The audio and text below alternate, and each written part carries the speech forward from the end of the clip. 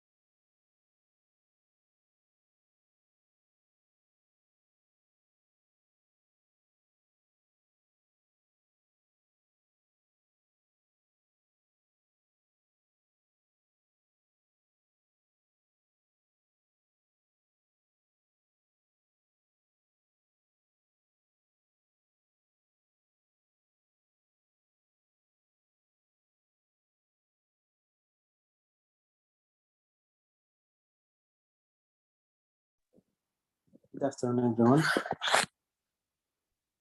We have 3 sessions for today's activity, inshallah.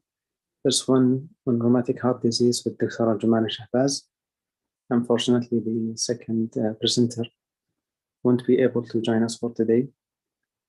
So we'll move for the second talk with Dr. Sireen on regroup trial, ending with the mitral valve case discussion. So Dr. Jumani can start whenever you're ready. Okay. Good afternoon, everyone. This session is about rheumatic heart disease.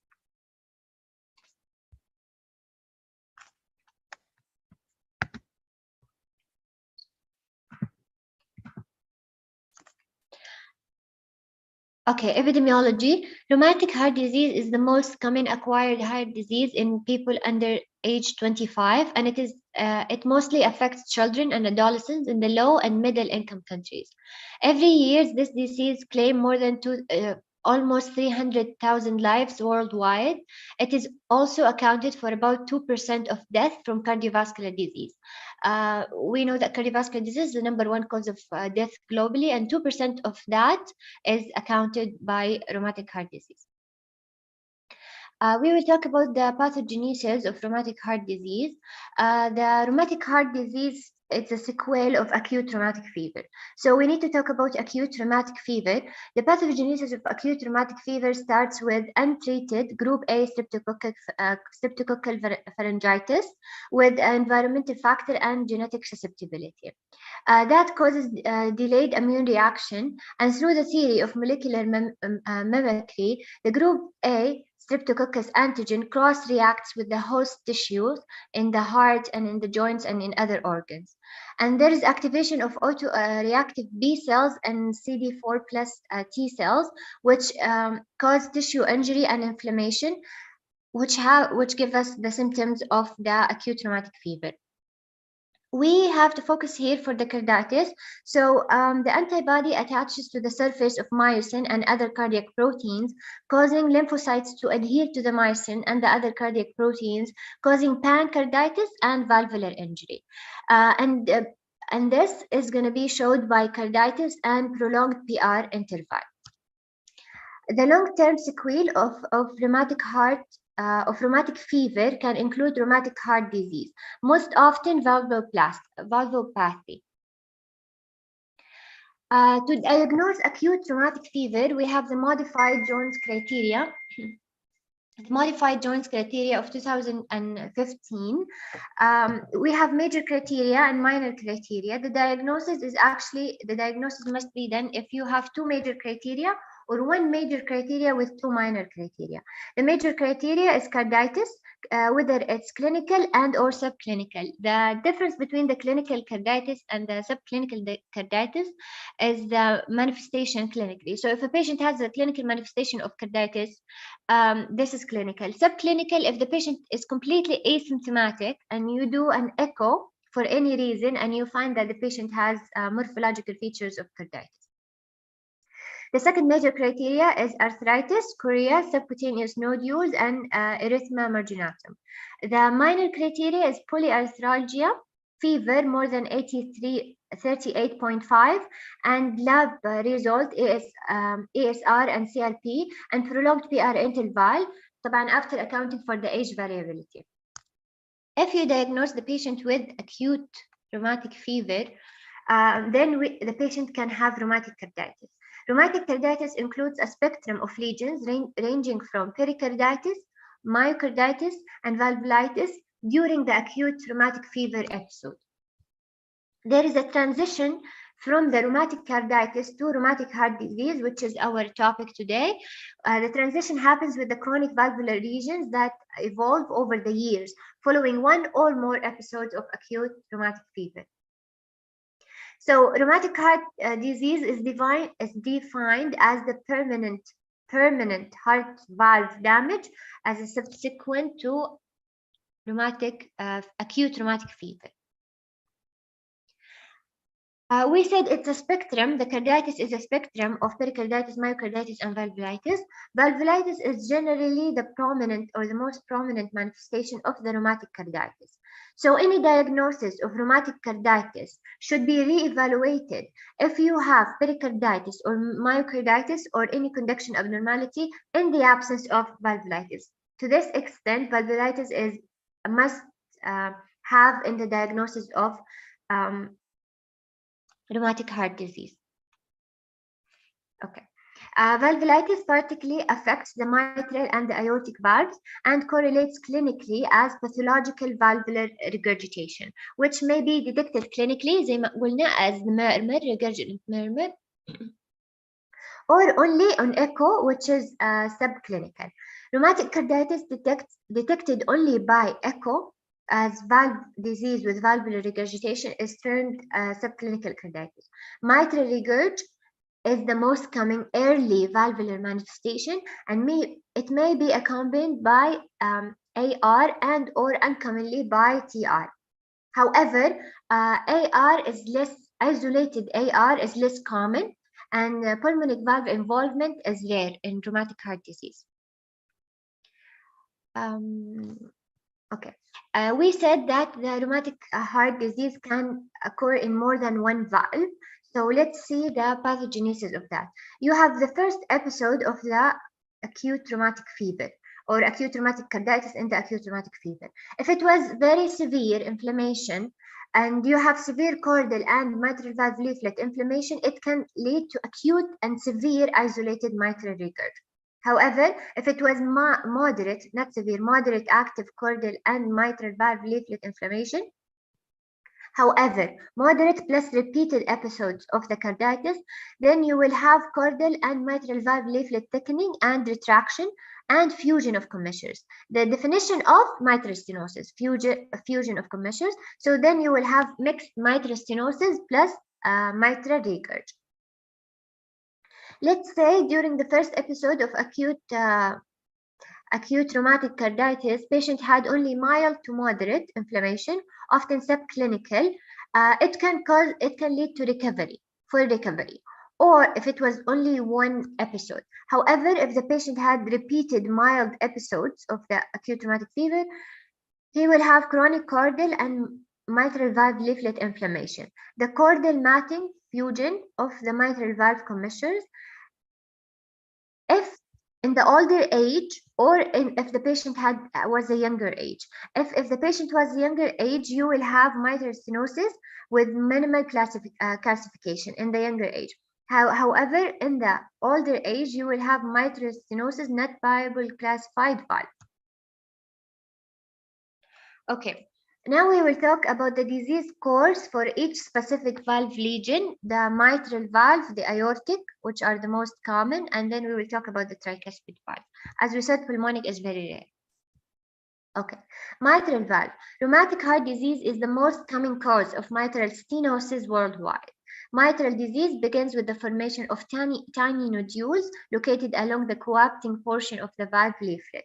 Those leaflets will thicken and eventually deposition of fibrin on the cusps, and that will cause loss of the normal valve morphology. Okay, this is the morphology. Many patients with rheumatic mitral valve, whether it's mitral stenosis or mitral regurg, have important stenotic and regurgitant components.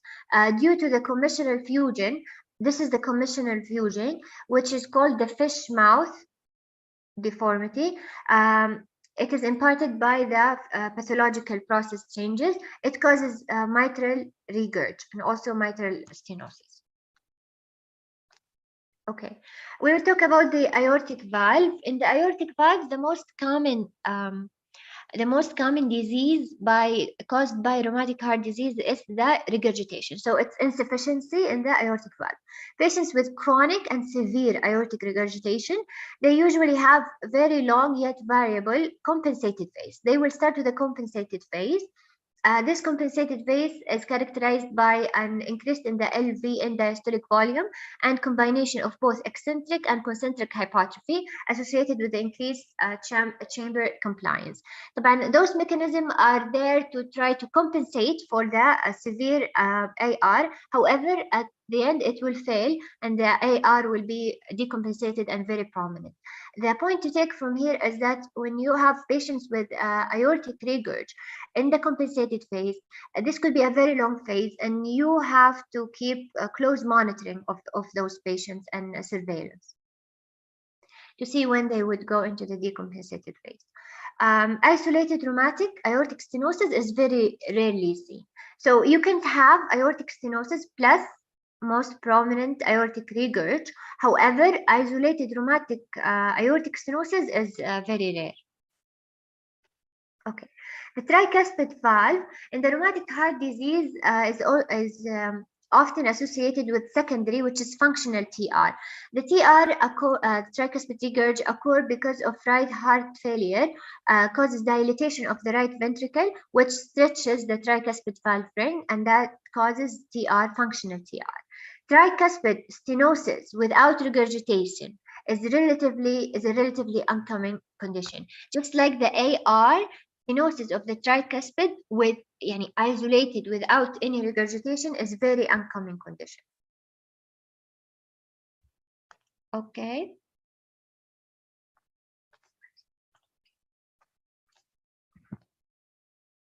Okay. Diagnosis. Diagnosis of rheumatic heart disease. The diagnosis of rheumatic carditis may or may not be suspected clinically, but however, in all cases, it could be clinical or subclinical. However, in all cases, you must confirm with an echocardiogram and the Doppler evidence of the pathological valvular regurgitation. The echo will show both morphological valvular involvement of the mitral and or the aortic valve, except in very early cases, you will have normal valve morphology on the echo. However, if you want to confirm, you need an echo and a Doppler.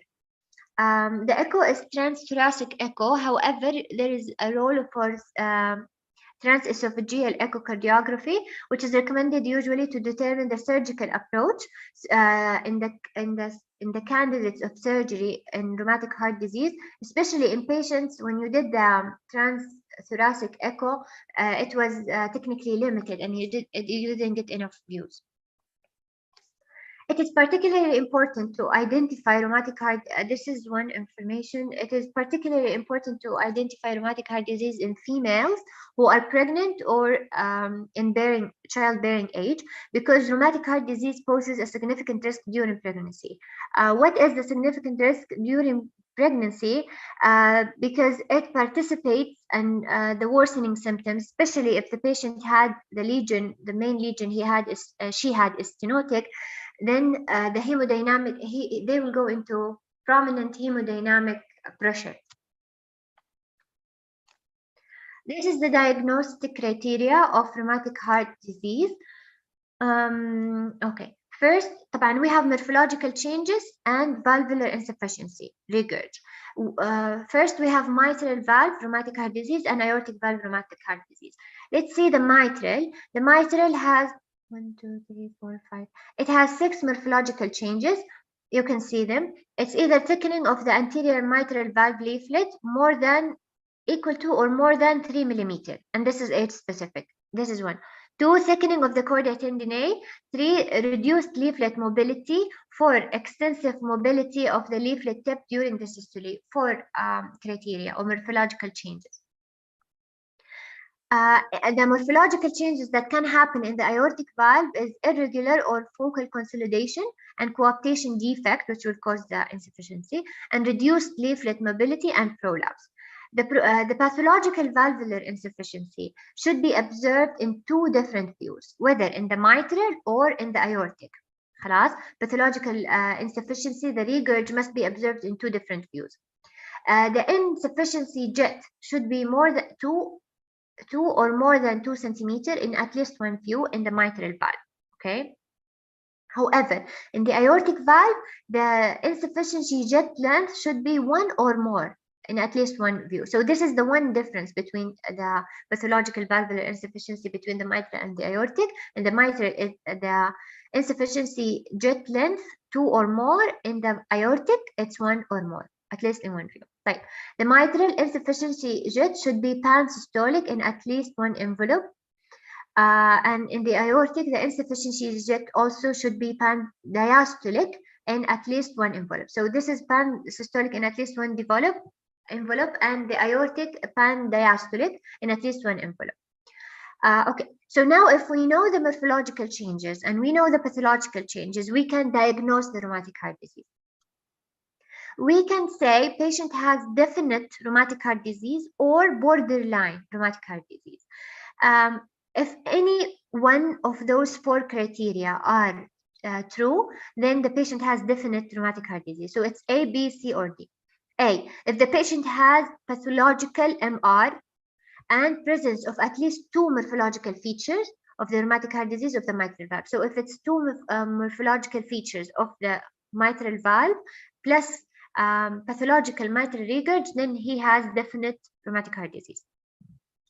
If the patient has, let's go to C, if the patient has pathological aortic regurg and the presence of at least 2 morphological features of the aortic valve, okay? It is the same as A, but this one for the aortic and this one for the mitral. We will say patient has definite rheumatic heart disease. If the patient has mitral stenosis, definition, the mean pressure gradient will be equal to or less than 4 millimeter, more than 4 millimeter mercury, then the patient has rheumatic heart disease. If there's mitral stenosis, it's definite rheumatic heart disease. D, if you had concomitant presence of borderline rheumatic involvement of both mitral and aortic valve. This is connected to this one. How do you say patient has borderline rheumatic heart disease? It's either A, B, or C. A, if he has at least presence of at least 2 morphological features of rheumatic involvement of the mitral valve without pathological mitral regurg or stenosis. If there was pathological mitral regurg or stenosis, it will be definite. Right. B, if the patient had pathological MR, and C, if he had pathological aortic insufficiency, then it will be borderline rheumatic heart disease. And if you have 2 presence of borderline rheumatic heart disease of both the mitral and the aortic, you will say patient has definite rheumatic heart disease. Okay, now we will discuss the guidelines of management of patients with valvular heart disease in the context of rheumatic heart disease. This is the 2020 guidelines. First, we will discuss mitral regurg. Okay. To understand the guidelines, we need to understand the stages of the primary mitral regurg. We have 4 stages. Just to be clear, those stages are the same in the same way in MR, MS, and AR and AS. So if we will concentrate here, it will be easier to go through the rest of the valves. So the stages is A, B, C, and D, 4 stages. The definition is 1 as stage A is this patient is at risk of MR. Stage B, he has progressive MR. C is severe and D is severe. The difference, C is asymptomatic severe and D is symptomatic severe. Okay, for mitral regurg, stage A, patient is at risk of MR.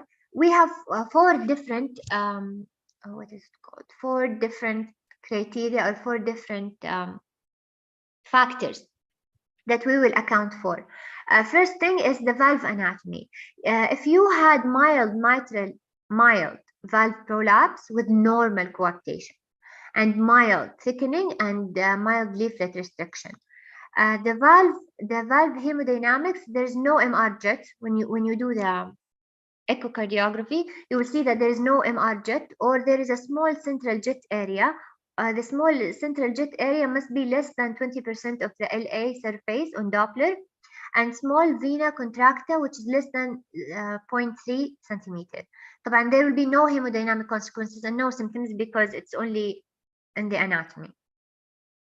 Stage B is progressive MR. You will have moderate to severe valve prolapse with normal coaptation.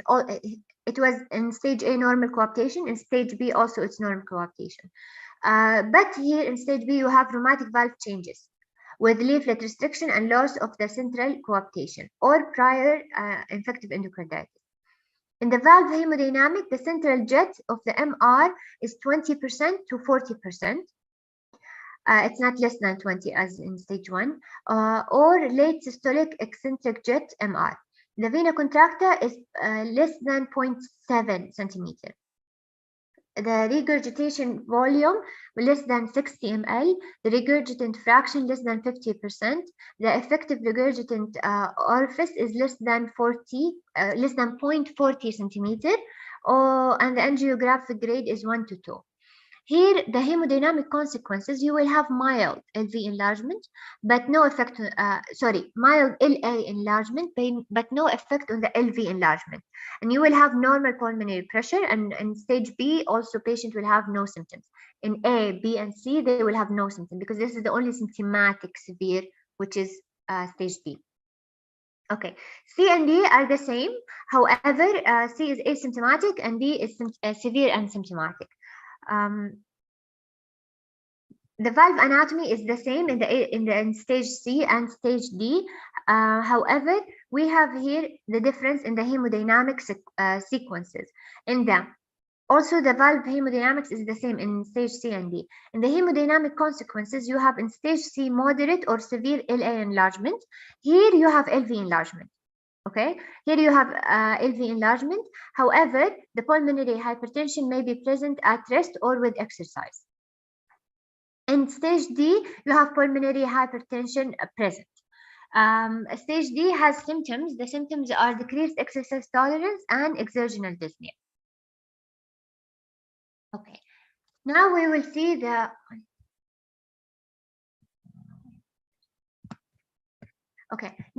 the primary mitral regurg surgery. Here you have the mitral valve surgery as class 1 indication in 2 cases. If the patient has severe MR, if the patient has severe MR and symptoms due to MR, which is stage D, regardless of the LV function, any symptoms is stage D, patient must have, or patient can be offered mitral valve surgery as a class 1 indication. However, if it was class C, there are no symptoms. Class C can be two different things. If it's class C with LV, systolic.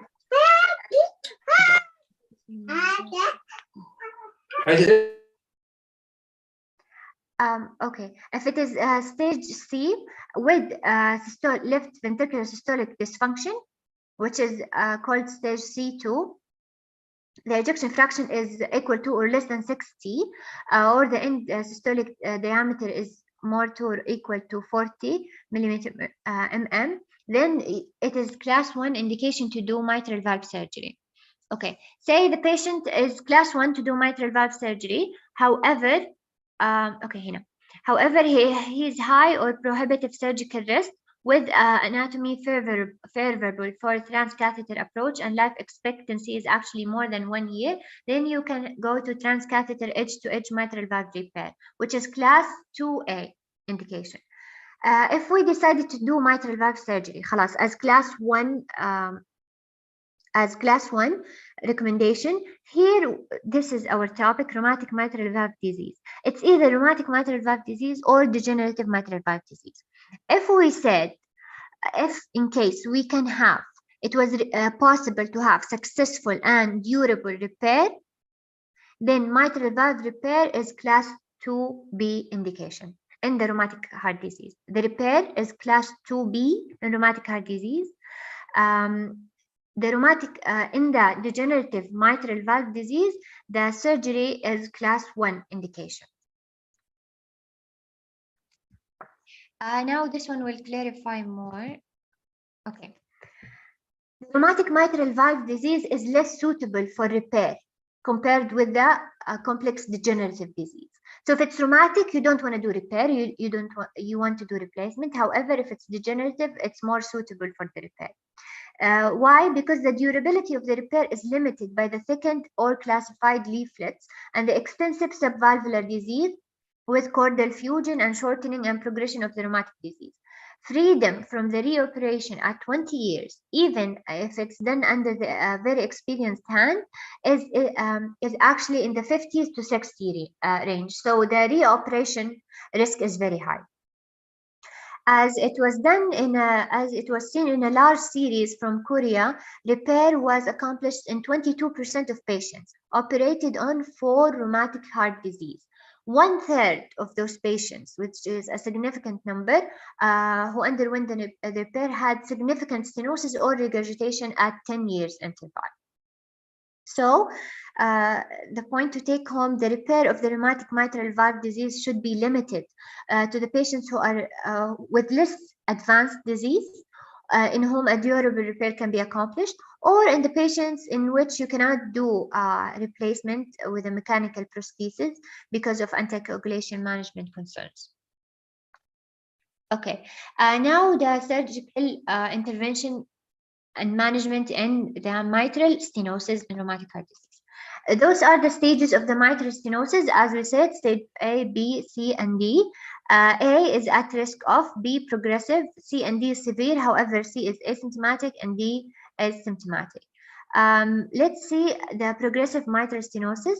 In the valve anatomy, you can see rheumatic valve changes with commissural fusion and diastolic doming of the mitral valve leaflets. The mitral valve area is more than 1.5 centimeter.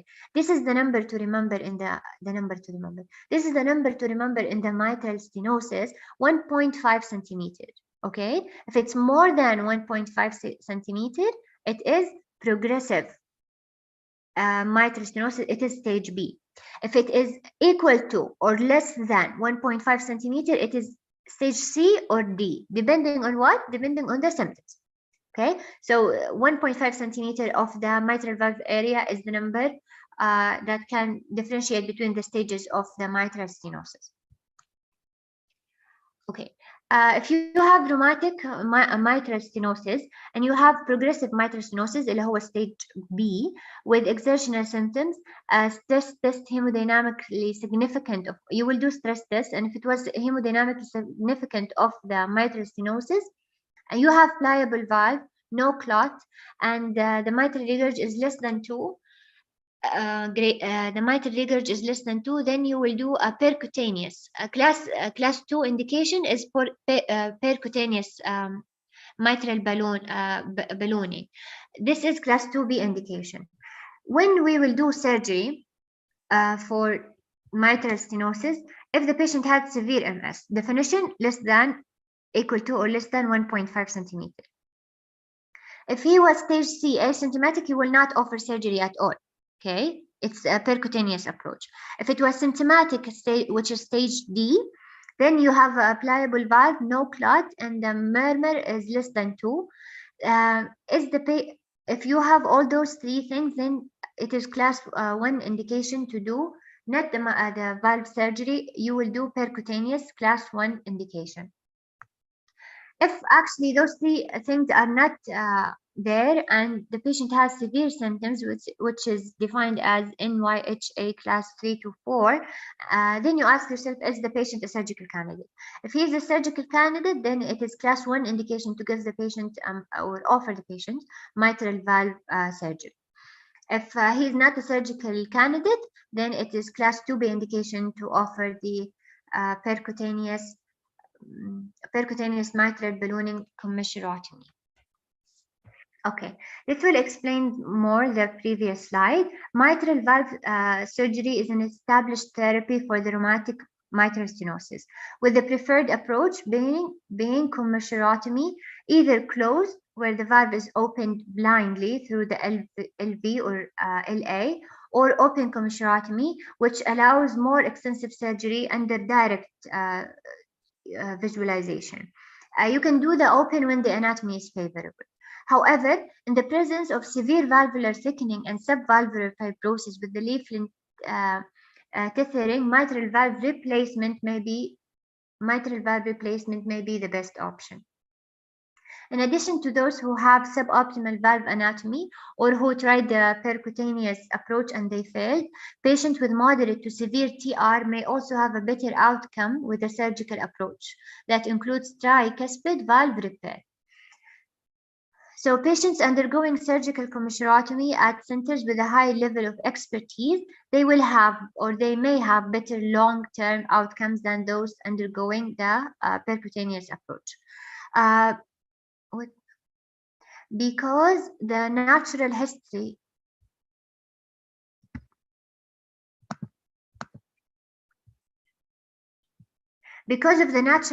of the rheumatic mitral stenosis is one of the slow progression over decades.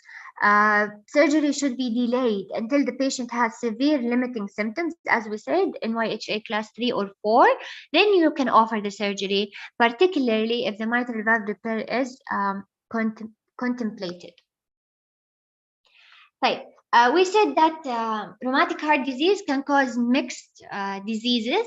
The most common mixture of rheumatic heart disease, you have mixed MS and AR. So the intervention for the mixed MS and AR, in the combined MS and AR usually result from the rheumatic heart disease. This mixture, MS and AR, is usually, if you have to guess the cause, it is rheumatic heart disease.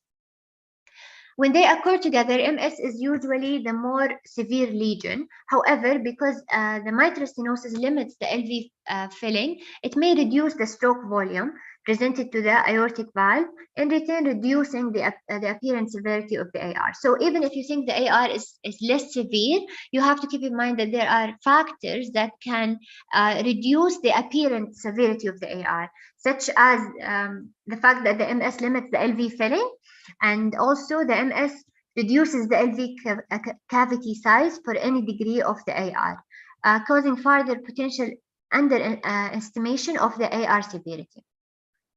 So in this regard, contrast aortography visualizes the AR flow instead of the echocardiographic visualization of the AR velocity of flow. This may be helpful and precise in the assessment of the AR regurgitant fraction in the presence of the MS. In patients who have continued severe symptoms, not responsive to diuretics, intervention with valve surgery should be pursued.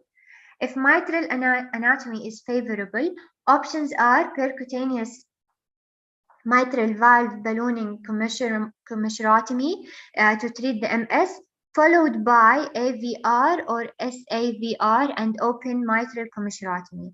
So you will break, if the mitral anatomy is favorable, you will break the treatment into 2 stages. In this way, the increased mortality risk of the double valve replacement is avoided. So the goal is to try to avoid the double valve surgery replacement risk of mortality. Okay, the AR, aortic regurg. Okay, aortic regurgitation. If you had severe aortic regurgitation, a holodiastolic aortic flow reversal, it's either in stage C or in stage D, you will offer aortic valve replacement as class 1 indication. Okay, so if the patient was stage D aortic regurgitation, then you will directly offer AVR as class 1 indication. However, if the patient was asymptomatic, which is class C, then you can have different types of patients. If the patient was going already to any other cardiac surgery, say CABG or any other cardiac surgery, then you can offer them the aortic valve replacement as class 1 indication. Or if he was only going for the aortic valve replacement surgery with no any other cardiac surgeries, then this patient must have an LV ejection fraction equal to or less than 55%, which is class C2, in order to be offered the aortic valve replacement as a class 1 indication. Thank you. Does anyone have any question?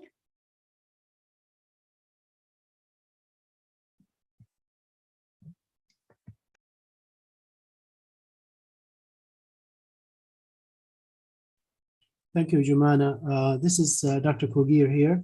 I'd like to note that Dr. Phillips, Alistair Phillips, and Dr. Ibrahim Abdullah both are consultants in pediatric surgery and have great experience through their missionary work with rheumatic heart disease. So if you really have any questions, you can direct some of those questions to those consultants. Is there anybody else, any other consultant with us, Jumana?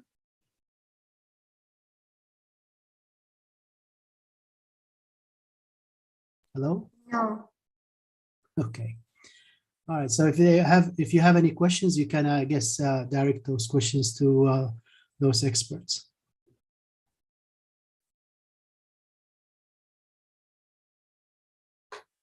One thing intriguing, you mentioned something about the guidelines and repairs and things like this. Our experience in King Faisal a long time ago with repairs in active rheumatic fever of the mitral as well as the aortic valve is not that great. So if you have a patient less than the age of 20 with active valvulitis related to rheumatic heart disease, the repair usually fails within 2 months. That's something that we have experienced here.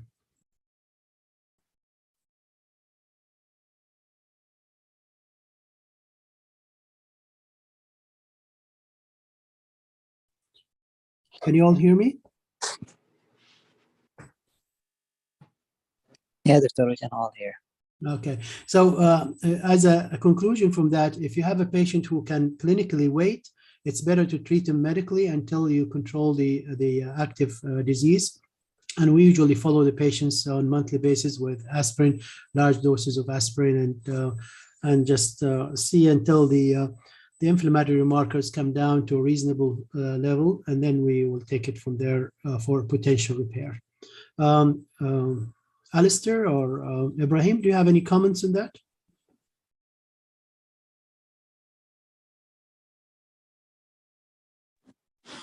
No, I agree with that. And the only other caveat, it's, with the Yazaki procedure now for aortic insufficiency patients, it's probably going to be the best operation for them, given the recurrence rate and ability to redo that procedure and allow them to grow. And we've done a few of those in Latin America where there's a lot of rheumatic heart disease.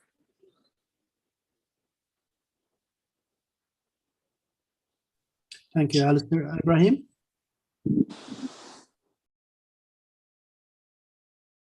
No, I don't. I'm sorry. I don't have anything else to add. Thank you. Okay, back to you, leaders of the group. Thank you. Excuse me, I have a question. Salam alaikum. Yeah, so this is Abdul Karim that I'm Marwan from Medina. I have a question about the over some of the stages or some of the cases, you have to offer a percutaneous technique at a comprehensive valve center.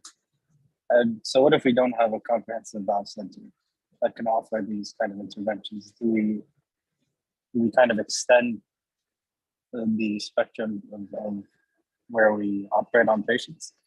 We become more liberal in that aspect, or we just not offer anything And how can we assess if our center is good enough to do these cases?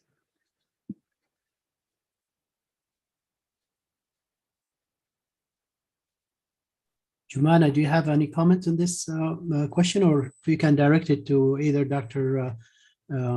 Alistair or Dr. Ibrahim if you wish?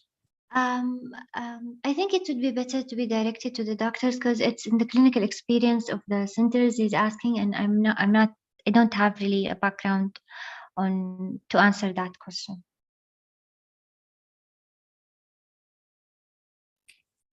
Alistair?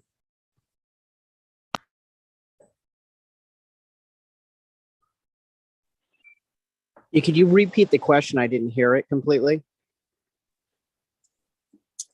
My question was that in the guidelines, for in some of the scenarios, we have to offer a percutaneous treatment, but it says specifically that it has to be in a comprehensive valve center. So how do we assess if our center is can offer it or offer it in a good way? And second thing is, if our center doesn't offer it, does that extend our rights to who we can operate on? And how far can we push those limits to who we operate on and such? Well, from the first question, I would, having been here, I would assume that this is a very comprehensive cath group and the ability to do balloon. So a lot of it has to do with when you look historically at rheumatic heart disease and surgical approaches, the initial treatment for patients who had severe MS was actually finger dilation. And it was done with a sternotomy, and people actually just push their finger basically through, like from Waterston's groove, right through the valve to open it up. And when you look at it, it's the same thing with the balloon. And then the high pressure balloons are very good at opening it up. The downside is because they're calcified and they can have calcified annulus, there's a risk of rupture. And it really, again, it's, and I do, having worked here long enough, it's the multidisciplinary approach and understanding, okay, this is where we can get in trouble, and having the bailout to be able to do further work. And, the benefit, again, it gets into what Huguer's comment is that waiting with these kids that have active disease, but a temporizing measure and somebody who comes in symptomatic, it's having a team that's able then to balloon them, open it up a little bit. And when you think about MS, it's just the ability to open it up a little bit. You can change, and it's the same with aortic stenosis, your ability to open up the valve and increasing the EOA is going to have a dramatic impact in the physiology. So it's the team approach is critical, which clearly it can be done here. And then it's having an understanding of where the failure is. But I think, having the ability to do it with a cath for certain patients is going to be, very helpful.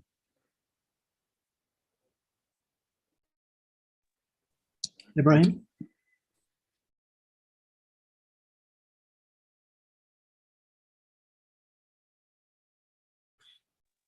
He's not here, Doctor. Okay, so I will just add to that in the mitral disease, if it's already matured and the patient presents few years later with that sequelae, the patient may not have an active rheumatic disease, but he does have the fibrosis and restricted motion of the leaflet. So they may have stenosis. And yes, we had great experience in the past. Dr. Fauzi, Mohammed Fauzi, have published tons of papers from King Faisal related to balloon using the Iono balloon from Japanese invention, which has great results for a long period of time.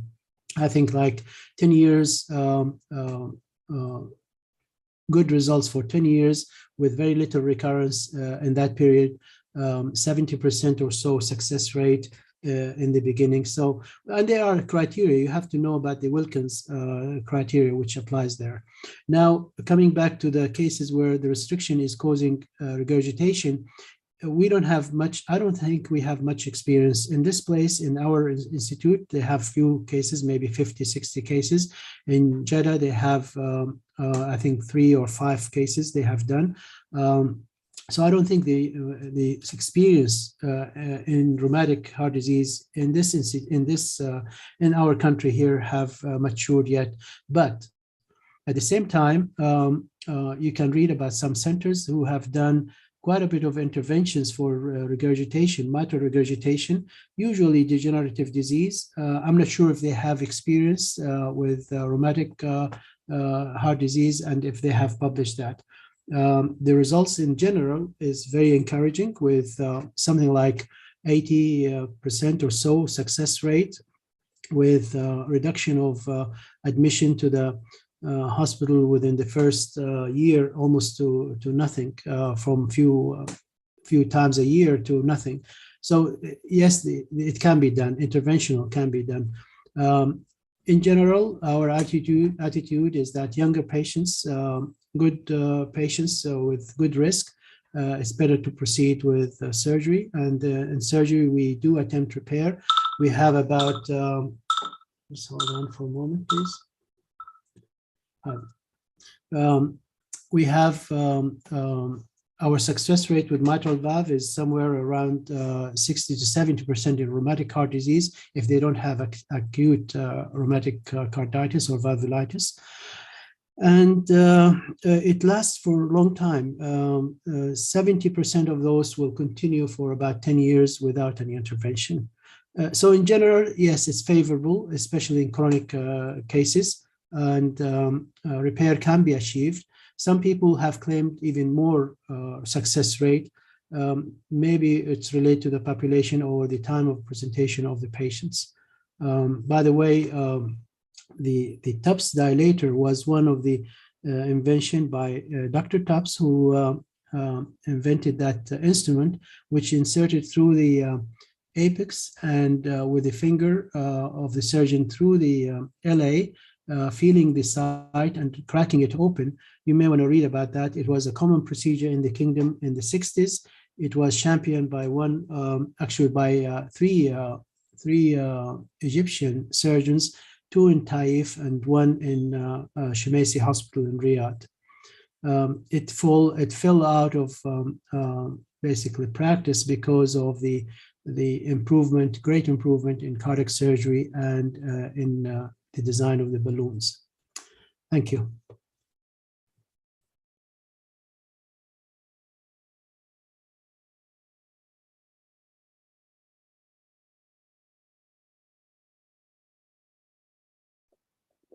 Thank you, Dr. Farid. Thank you, guest consultant, Dr. Alistair and Dr. Ibrahim, for joining us today. And thank you also, Dr. Jamal, for your presentation. Any further comment or question from the group?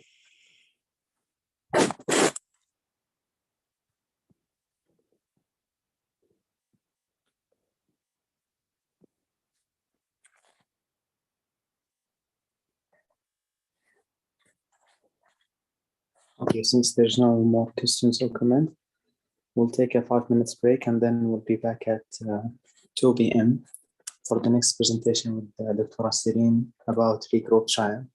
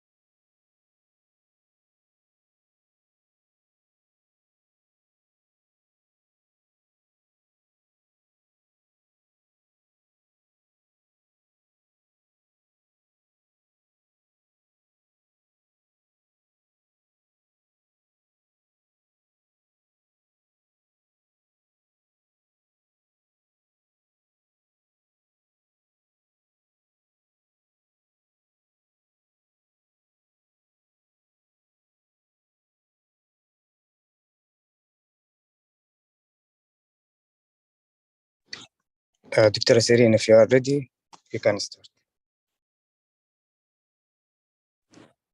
Yeah, sure.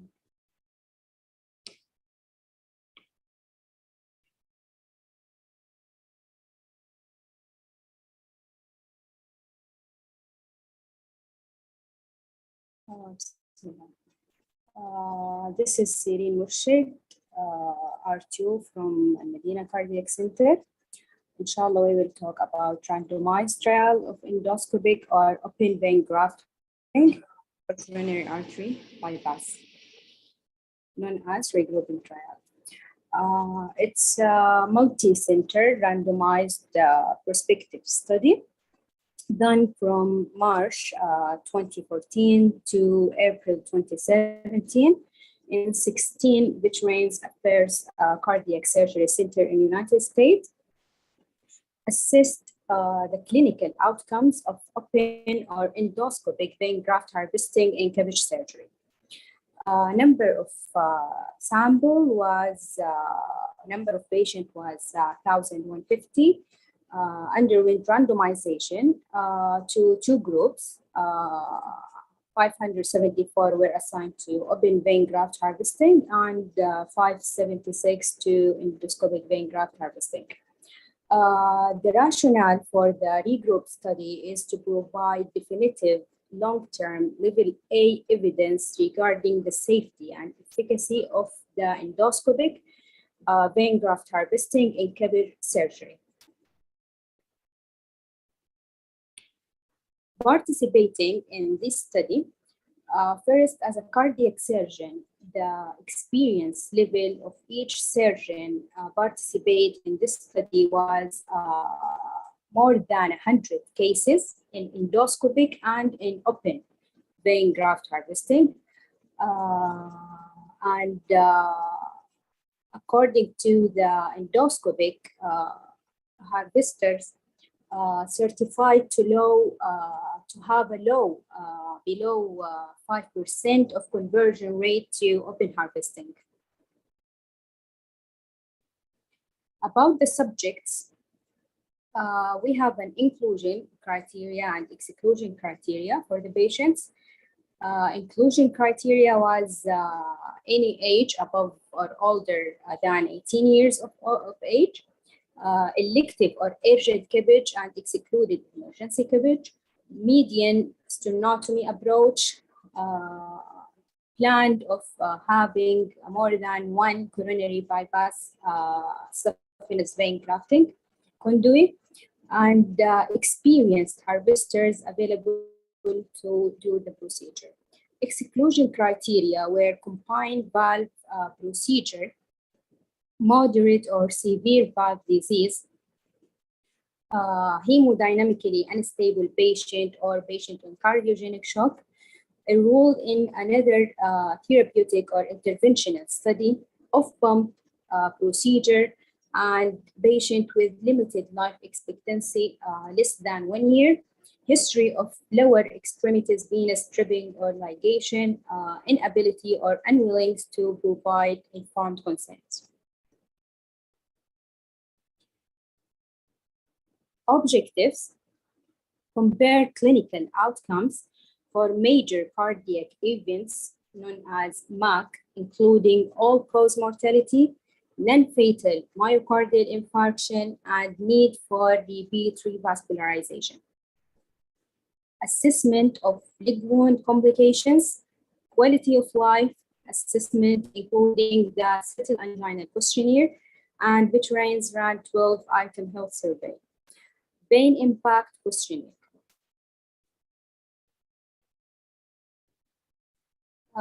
Endoscopic vein harvest and open vein harvest treatment protocol. In endoscopic vein harvest procedure, they do a saphenous vein mapping preoperatively by ultrasound technique whenever it's possible. Intravenous heparin administration from 3,000 to 5,000 international units prior to harvesting. Handle with care principle of saphenous vein, and some of the technical principles or techniques to minimize the damage of the graft, like low carbon dioxide insufflation pressure and carbon dioxide and partial pressure of arterial carbon dioxide monitoring, and gentle saphenous vein distension, and so on. In the open vein harvesting, preference for bridging technique, minimal use of cautery, no touch technique as possible, careful hemostasis, and liberal use of wound drain. In both endoscopic and open vein harvesting group, routine use of compression bandage will be used and early mobilization protocol will be followed. Guideline direct medical therapy. All enrolled subjects will receive concomitant optimal medical therapies for secondary prevention of atherosclerotic heart disease. First, aspirin should be started within 6 hours after surgery. The dose is 100 to 325 milligram daily, at least for 1 year. Beta blocker therapy for patient with LV systolic dysfunction with ejection fraction less than 40 or with heart failure or prior myocardial infarction unless it's contraindicated in the patient. ACE inhibitors should be started and continued indefinitely in all patients with left ventricle ejection fraction less than 40 and with patient with hypertension or diabetes or chronic kidney disease unless it's contraindicated. Statin should be used to reduce the LDL below 100 and to achieve at least 30% lowering of the LDL baseline. This is medical therapy at baseline and at follow-up. At the baseline, as we can see, most of the patients are using, 80% of the patients are using beta blocker pre-op and statin and aspirin. And over the period at 6 and 1 and 2 years, we can see also the same 3 medications, beta blocker and statin and aspirin, all around 90% of the patient in both groups are using these medications.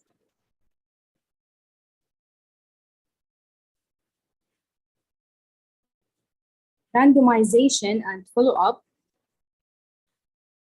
Before randomization, they assigned the experienced harvester to the case, and according to him, he will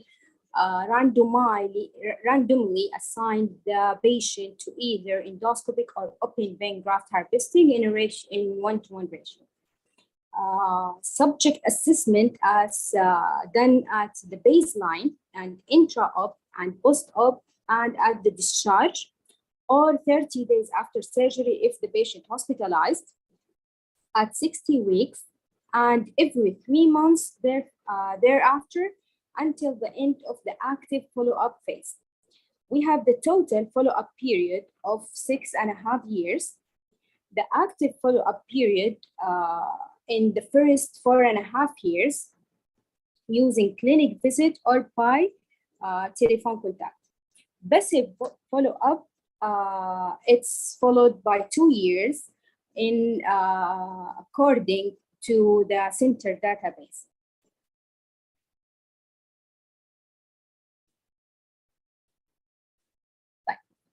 Study endpoint, the primary endpoint, rate of MAC, all-cause mortality, non-fatal MI, and repeat revascularization over the active follow-up period of the study.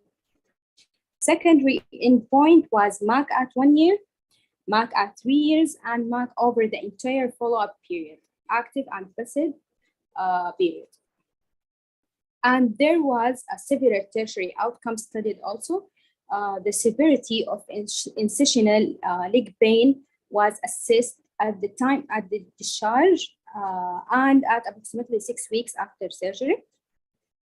leg wounds evaluated with the asepsis criteria. It's like a score according to the presence of erythema, serous exudates, purulent exudate, and separation of tissue, as well as the use of antibiotic and drainage, debridement, and prolongation of the hospital stay. Quality of life was assessed at the baseline and after 6 weeks and 1 year with the use of Veterans Brand 12-item health survey and the Settle Angina questionnaire.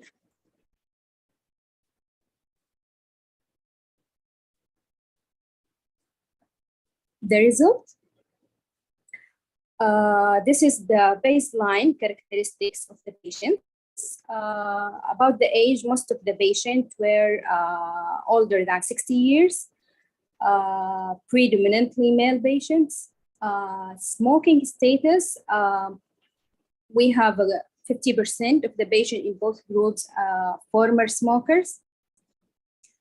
And body mass index, most of the patients, as we can see, they are considered as overweight. Diabetes, we have 50% with no history of diabetes, but we have like a 20% of insulin-dependent patients. Hypertension, most of the patients, around 90% of the patients in both groups have a hypertension and hyperlipidemia. Peripheral vascular disease in 13% of the patients in both groups.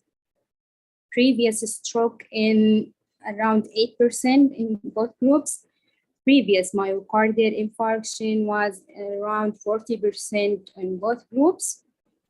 Previous PCI implantation in 27% of the patients.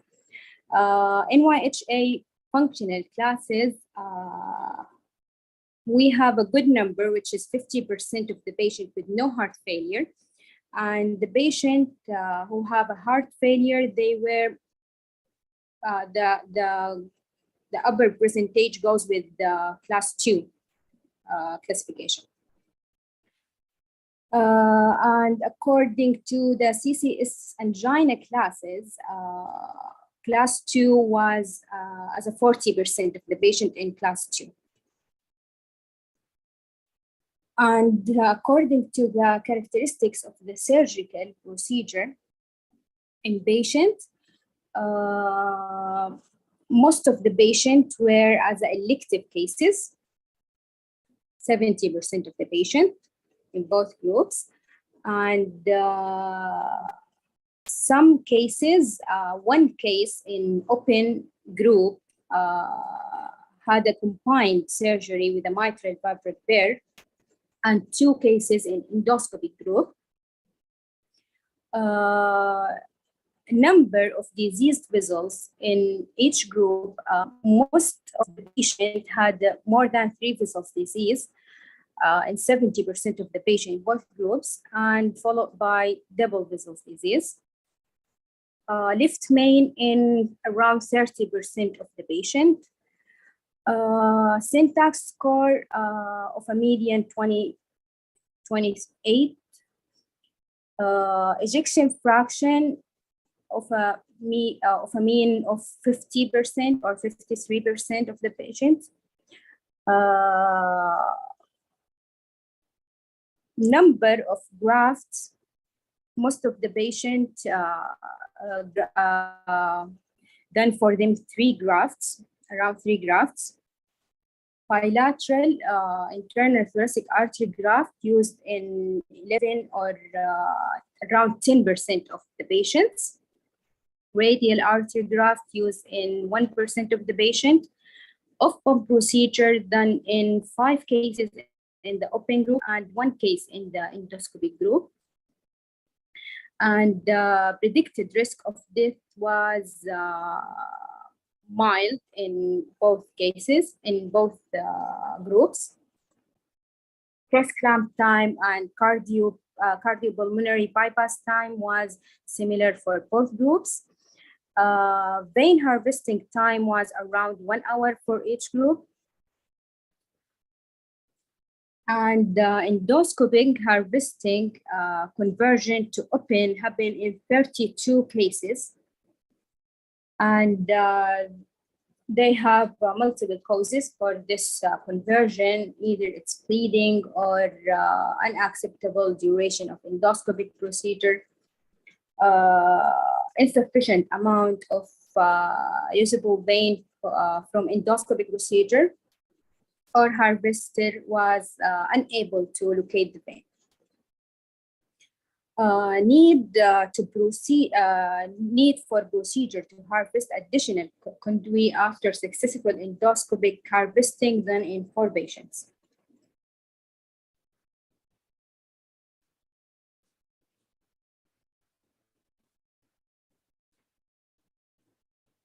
Okay. About the primary outcomes,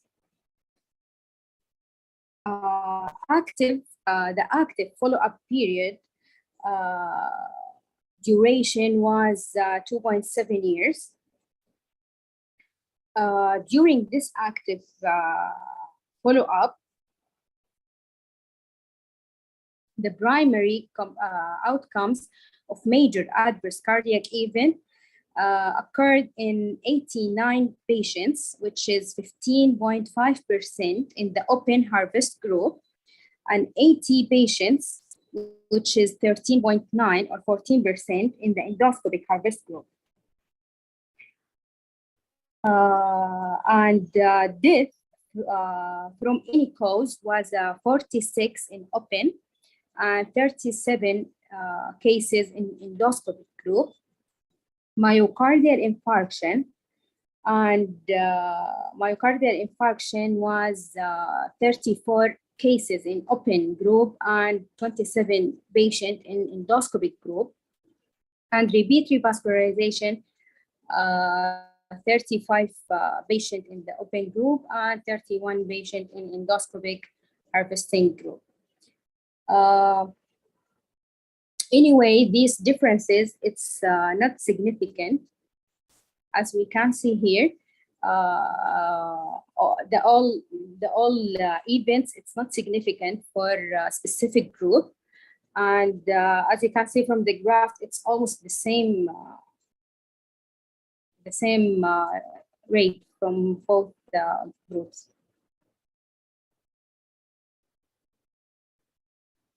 And here they used the Cox proportional hazard model for clinical event, and they found there is no significant difference in the risk according to the type of vein harvesting in all these parameters. As you can see, it's not significant, all these parameters.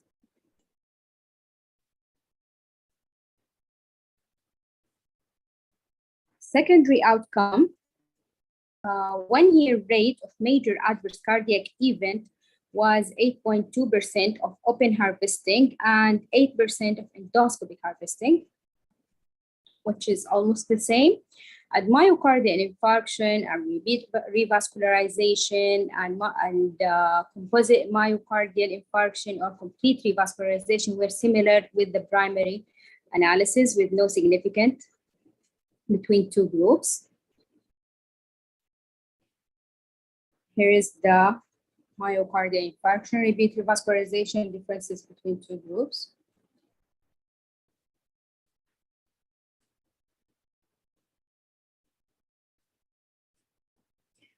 According to the tertiary outcomes, leg wound infection, 18 patients, which is 3.1% in the open harvest group, had a leg infection, and 8 patients, which is 1% in the endoscopic harvest group, with no significant. The timing of the diagnosis of leg infection, most of the cases have leg infection between 10 to 1 month post surgery.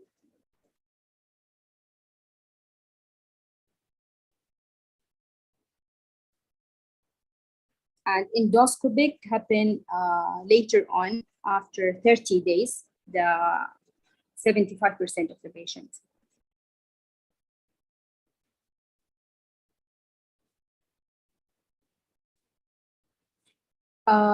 Incisional leg pain had a little or no effect on functioning at 6 weeks after surgery in 62.2% of the patient in the open harvest group, as compared with 79% of those in endoscopic harvest group, with no significant also. There was no significant difference in quality of life between the two groups, according to the VR12 survey and Settle Angina questionnaire. Antibiotics were prescribed and at follow-up for 14% of the patient with the open harvest group, and 4.6% of the patient with the endoscopic harvest group with a clinical significance. And patients who receive a visit from a nurse to do the dressing for the leg wound at home after discharge were 3.7% of the open harvest group, as compared with 1% in the endoscopic harvest group with the clinical significance. And at the discussion, they did not find any significant difference between open and endoscopic vein graft harvesting in the rate of major adverse cardiac events over the median follow-up of 2 years. They found a trend toward lower rate of major adverse cardiac events in association with the endoscopic technique, where recurrent events were compared between the two treatment groups. But long-term follow-up will be necessary to determine whether this finding is persistent or not.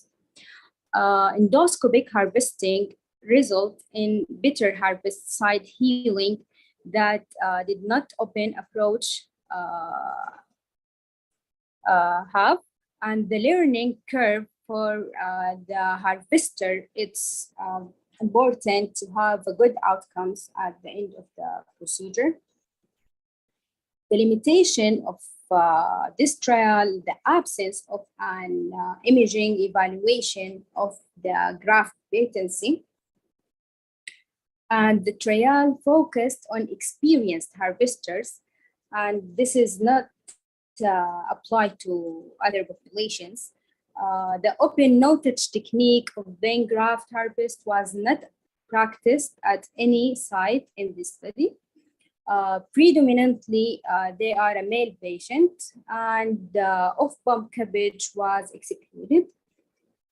So as a conclusion, trial did not show a significant difference between endoscopic and open vein graft harvesting in the rate of major adverse cardiac event among patients undergoing cabbage surgery during the follow-up period within a median duration of 2.7 years. But the rate of wound complication was lower in the endoscopic harvest group than in the open harvest group. This is the end of my presentation. If anyone has any question or comment. Thank you, Serene. Is there any question or comment? Thank you, Serene. My question is, which method you would recommend? If you are able to do both techniques, both approaches, and both of them are available at your center, which one would you pick and why? Yeah, if I have a good expert in harvesting, and if I do all the work up before as a mapping of the vein and everything is available for me, of course I would prefer the endoscopic technique to lower the infection rate. But if I don't have the expertise to do it, of course I will go with the open technique to preserve the patency of the vein. Is that regardless of your patient characteristics, or? Yeah. Would you care about different patients, have a more personalized or focused approach for certain patients, or this is for all? You prefer endoscopic? I will prefer it for all patients, because as we see in this study, they didn't have any significant difference between the patient characteristics baseline. So unless if the patient has any complication, I mean, if he have any vascular things or any abnormalities anatomically, the patient, I cannot use endoscopic. But I think, yeah, we'll apply for the most of the patients. I don't think I have exclusion patient for this, unless they have a risk factors or something. Okay, thank you.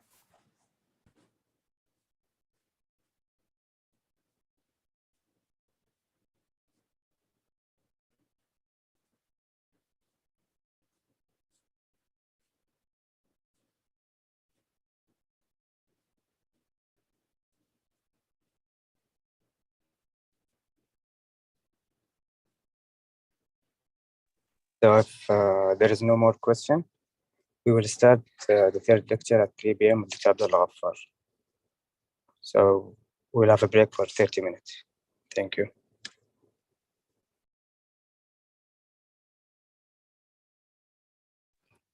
Actually, do we have Dr. Farid? Dr. Farid, if you have any comments on Sireen's presentation, what is your recommendations for regarding vein harvesting?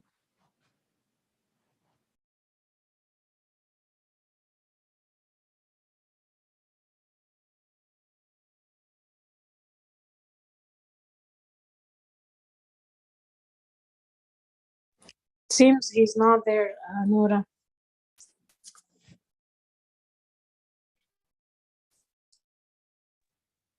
Yeah, sure. Dr. Ayat, if you have any other suggestion, because actually in my center, I never seen endoscopic technique or any outcomes from the endoscopic technique. So as a real life, I don't know.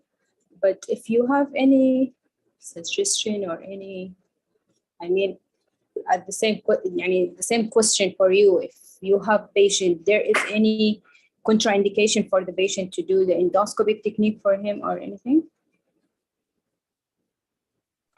Well, I am not sure about this. If we have, I don't know. Okay, I would just have a few comments on the question. It is Dr. Mariam Al-Amir. Between endoscopic and open, it's really depend on the policy or protocol for the hospital. And where I practice, 99% we do endoscopic vein, and that was one of the problem in the residency program, as the junior resident won't be able to harvest open vein. Okay, as such, they centralized one hospital for open vein technique, and it's merely just because for junior residents, so they can harvest the vein. So in Canada, it's all endoscopic vein. Their concern about endoscopic vein is with the traumatizing the intima of the vein. However, according to regroup study, did not show any difference in survival. It did show decreased risk of infection with endoscopic vein. So if I would have the option, I'm advocating for endoscopic vein in general, less infection, less edema to the leg, and more cosmetic, of course. Now, Noura asked a really beautiful question, is if you, I will modify the question, is if you have 2 rooms, both patient are going for cabbage, and you have only one person who can take the endoscopic vein. So which patient you would select for endo versus open? Anybody can answer me? For me, I think the more comorbid. تفضلي آيات. Yeah, sure. Okay. For me, I think patients who are elderly or patients who are like ladies who are obese, diabetic, I would be more concerned regarding wound infection. So maybe I would prefer to do endoscopic harvesting over open. Okay, Ayat, do you have any comment? Well, I was thinking also about the patient criteria with comorbidities, but still, it's sometimes difficult. Nora, I think with endoscopic harvesting with OPs, or for example, any bad veins or something, I think open would be more easier. So I'm not sure about specific criteria and about patients.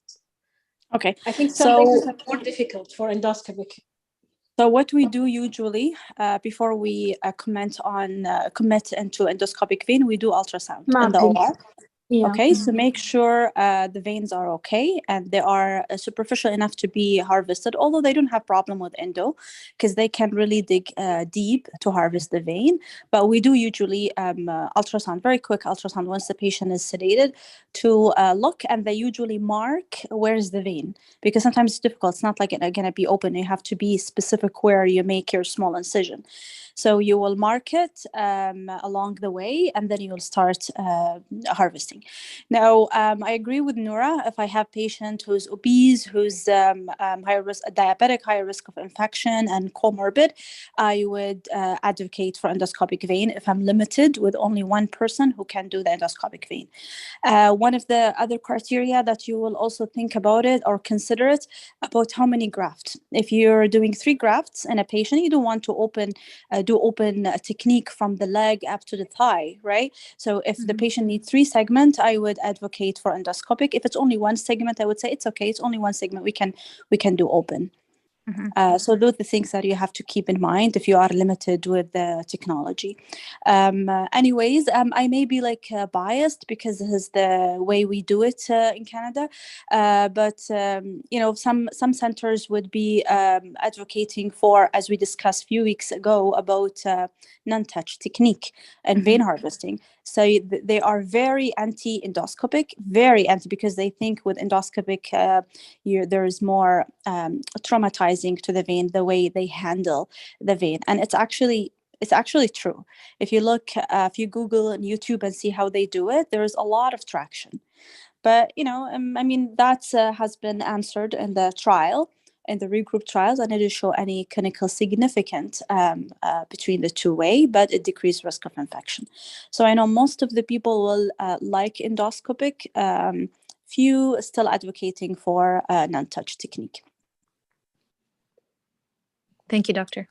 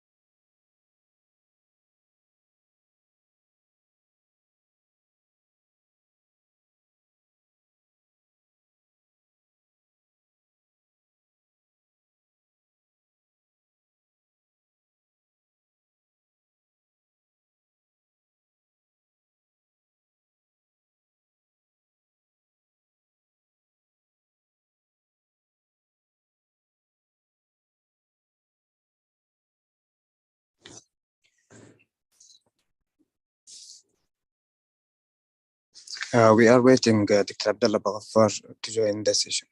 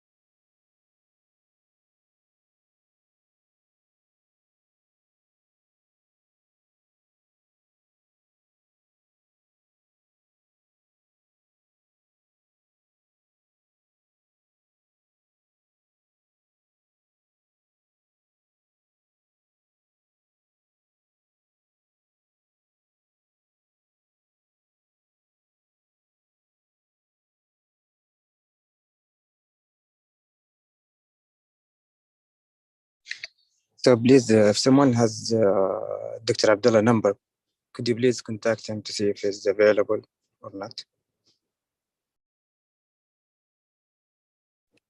Yes, I just received a message that he's a scrub non-emergency case, but Dr. Mazen Fatani will log in to give you the talk. So just give him 5 minutes. Okay, that's fine. Thank you.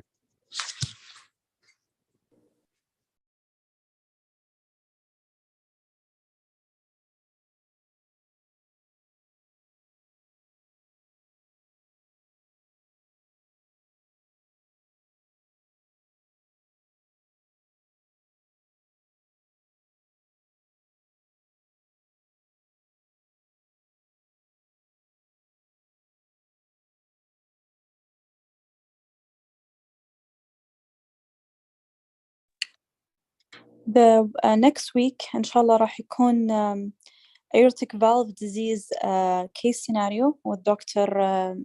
Tarabzoni, and the week after is going to be a journal club. So do you guys have any trial in mind that you want to discuss? I know you guys are discussing like trials in a weekly base, but is there anything missing? Ischemia trial, have you guys discussed it? I'm thinking about ischemia, Excel, and Noble. Have you guys discussed those, or are they in the schedule? I don't think we discussed them yet. Okay, and they're not in the schedule because I know you guys have a trial almost every week.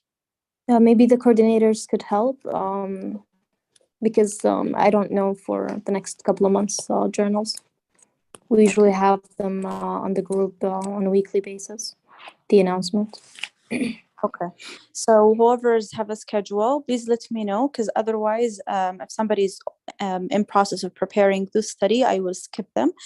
But if not, then we'll choose one of them, ischemia, Excel, or Noble.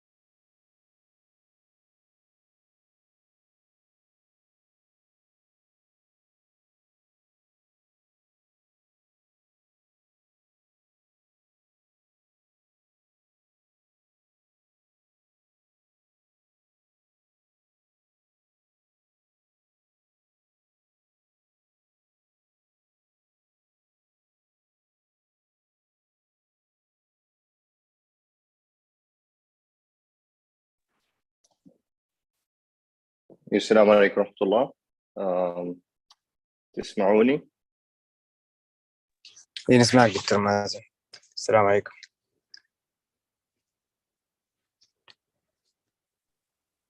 Thank you, Dr. Mazen, for joining us. I would like to welcome Dr. Mazen Fatani, cardiac surgeon consultant at King Abdulaziz University Hospital in Jeddah. I heard Dr. Abdullah Baghaffar is excused for this talk. So go ahead, please, Dr. Mazen.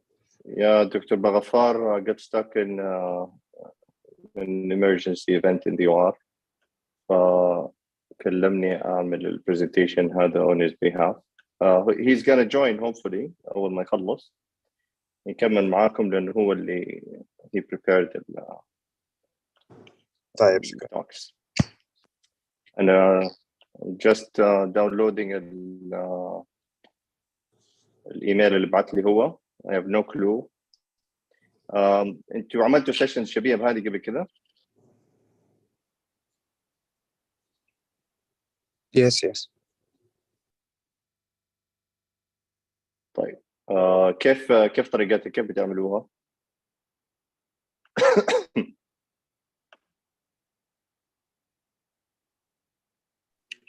السلام عليكم دكتور مازن. معك دكتور. تفضل. الله يرضى عليك. Thank you for saving the day covering Dr. Abdullah. In general, I covered with them few sessions before. It's a Royal College style exam. So it's one-to-one. Usually we ask for volunteer from the R7. Whoever will raise his hand will start with the case, and it's one-to-one. Start with the reading the scenario, trying to reach the diagnosis, and then the management. And we try to come up with a question as we go along the case. Okay, تمام. طيب. Similar to an oral exam, right? Okay, we'll have to find a volunteer. هذا أول شيء. وبعدين I'll have to be able إني أفتح presentation. وبعدين we take it from there. مع الأسف presentation ما بيفتح. Okay, meanwhile ممكن نشوف volunteer على بال بس ما أفتح presentation. شوفي مع الجروب على بال بس ما حد troubleshooting. If anybody from the R7 can raise their hand. يعني it's a good opportunity ليكم إنه أنا as an examiner أصلاً لسه ما أعرف شيء. So we're gonna go through the experience together يا جماعة.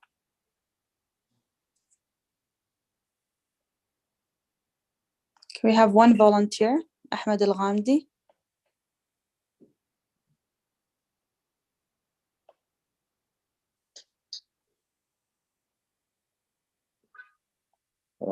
دكتورة أنت عندك تبعتي لي إيميلك أو أعطيني إيميلك حبعت لك البرزنتيشن اللي بعته عبد الله. جربي افتحيه من عندك بعد إنك. تمام إن شاء الله أرسل لك هو. تمام. طيب ابعتي لي عندك رقم جوالي صح؟ صحيح.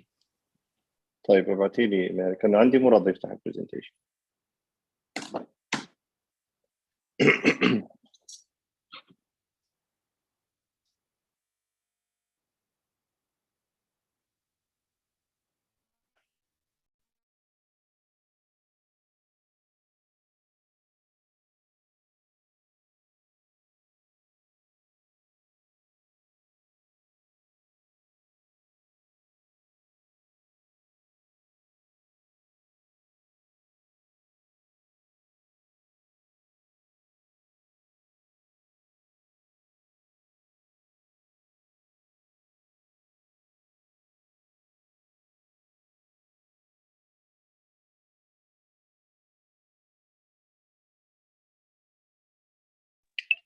أرسلت الدكتور على تليفونك وفي الشات as well.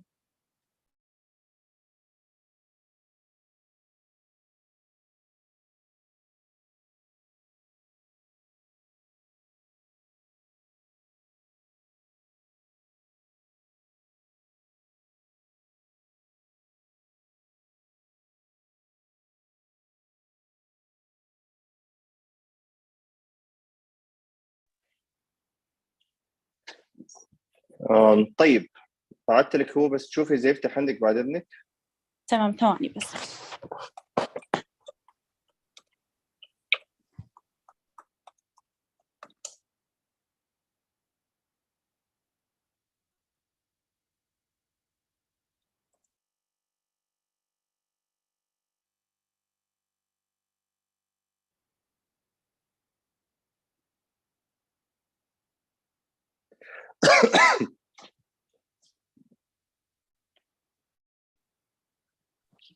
أيوة فتح. I'm just gonna log in from my laptop and then I'll share the screen.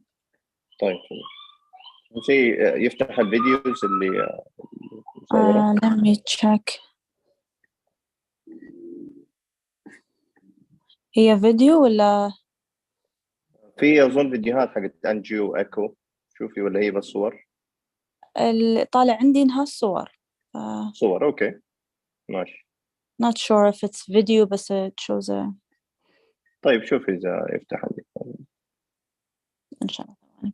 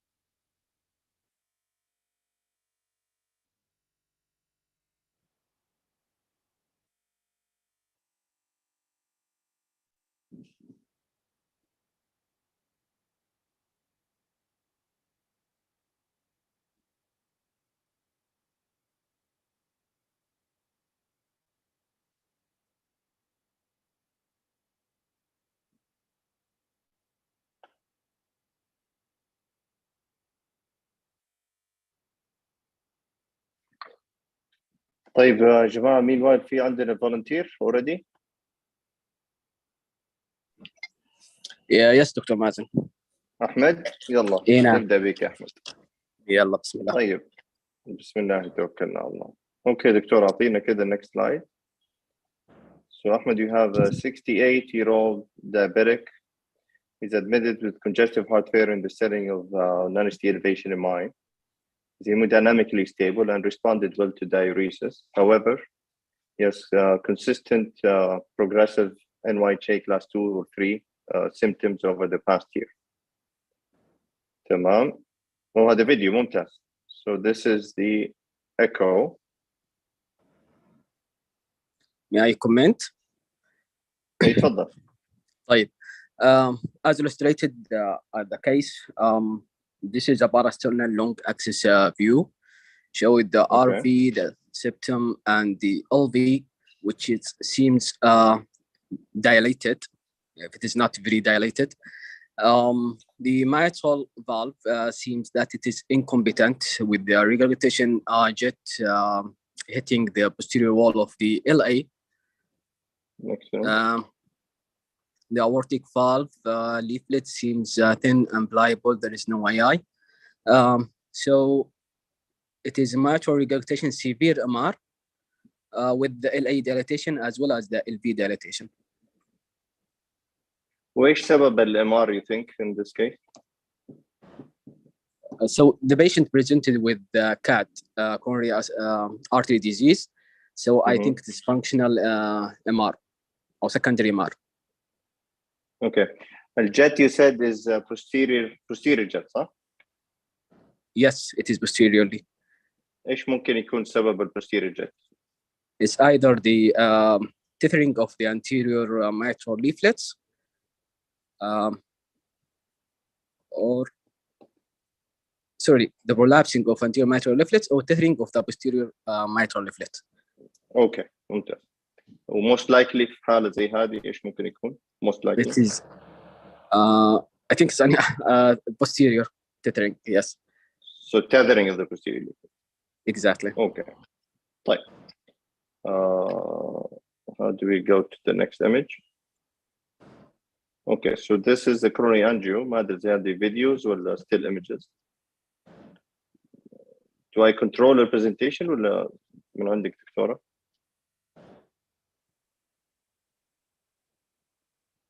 Okay. طيب I think it's images, yes. In the left side of the screen, yeah. It showed the RCA, which is a patent ostial RCA. There is a disease in the proximal RCA with the CTO total occluded of the mid RCA lesion. There is there is distals. I think this is collateral from the left-sided. Anyhow, there is also that seems a LED in the left-sided images, which is very small. Retrograde filling LED. Okay. Okay. Can I point or I cannot highlight it? I'm not sure if I can give you access. This one, I think it's appeared to you. Yes. Yeah. So this is, I think, is retrograde LED. Yeah. Okay. In the right side of the screen. Yeah. Yeah. It's hard to comment on this. أنا ما أعرف إذا هذه كانت videos بس ولا كانت يسموها هذه I think it's only a picture, still picture. I wasn't saying this is still picture. يعني Sorry, Dr. Mazen, your voice صعب is... إنه يكون retrograde فل. أنت سامعني كويس؟ معلش كان قطع صوتك، تفضل. ايوه تفضل. الحين كويس؟ انا كان يجيني اتصال بس على الجوال. يقول لك it's hard to say if this is an LED. I would think it's more of a collateral to the RCA لانه chronically occluded صح؟ فيجي collaterals من left side it goes into the PDA والحاجات هذه. صعب يحصل retrograde filling من لل LED من ال occluded right. Okay. Okay, sorry. Reckon I would still need more images to say for sure this is it or not. But this looks like a ايش تسميها collateral. Okay. طيب, so on the CTO on the right, reconstitution of the distal right with يعني borderline runoff of the PDA will be in. Okay, on the right image. Right image, the left main is patent bifurcating to the LCX and anteriorly the LED. The LCX is I don't know if this can be considered a severe lesion in the ostial of the LCX. Sorry. Okay. And the LED, it is a disease in the proximal segment of the LED. Okay, that's it. Yes. Yeah. What do you think of the distal left main? Okay. So this area, I would, I'm not sure. I would consider it as a diseased, but I need another view sure to be sure that this is diseased, or just at least a video that showed the flow through it. So if you have another view, if you see it in another view, and it looks better than this. Exactly. Yes. No, what is exactly, Ahmed? If you have another view, and on the other view, the left main looks patent, mafi wala lesion, what would you say? Would you believe this lesion is true or not? An equivocal, you mean? I would ask for more from the interventionist if they can do for me an IVUS for the left main to see if it is functionally diseased. Otherwise, I will take another opinion. But for me, it's looked like diseased, right, in these images. But to be 100% sure, I need to see the flow. I mean this is not convincing enough to you, and this is really, Okay. Anyways, تحتاج video images, but anyways, we can talk after. You can move on يا دكتور نشوف the next question. Left main, this is the left main. Okay. Lesion, CTO of the application of the MR in the patient. Sorry, Dr. Wallahi, your voice is interrupted. السؤال اللي موجود في السكرين أحمد. Yeah. What is the Carpenter classification of MR of this patient? This is class 3B, where we have tethering or restrictive motion of the leaflets in the systolic and diastolic. In systolic and diastolic, okay. So what are the other types of Carpenter? Okay, the Carpenter class, he left.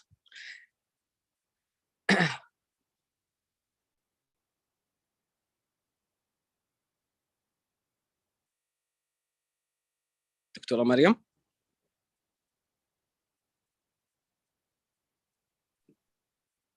أيوة.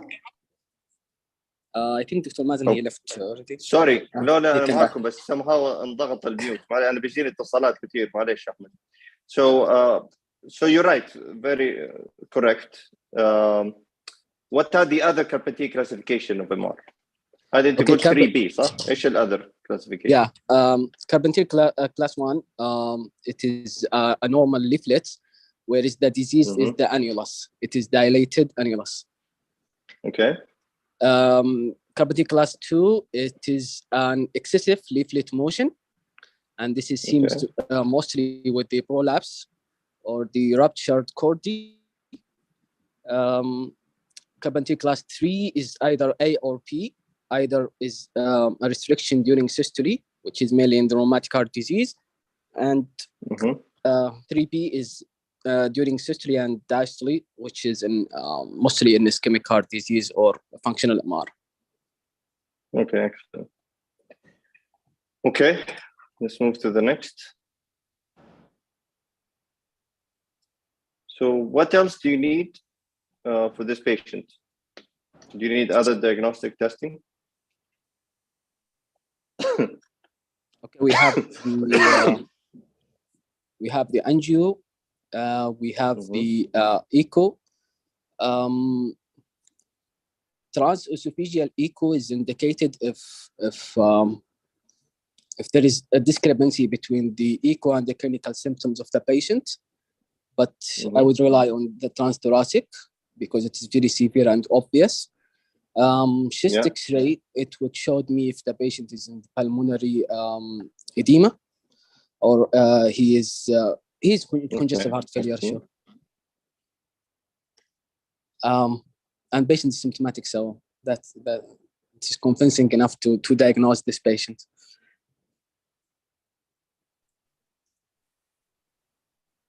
I mean the imaging, otherwise a labs I have to. Okay. Yeah. So TE, chest X-ray, anything else? Do you need any viability testing for this patient? I can't recall the ejection fraction in the first. أيوة معك تسمع أكثر؟ ألو؟ أيوة سامع. So let's say it's معلش الإيمج يمكن ما تعطيك فكرة واضحة بس let's say the ejection fraction was moderate dysfunction. 35% ejection fraction. 35.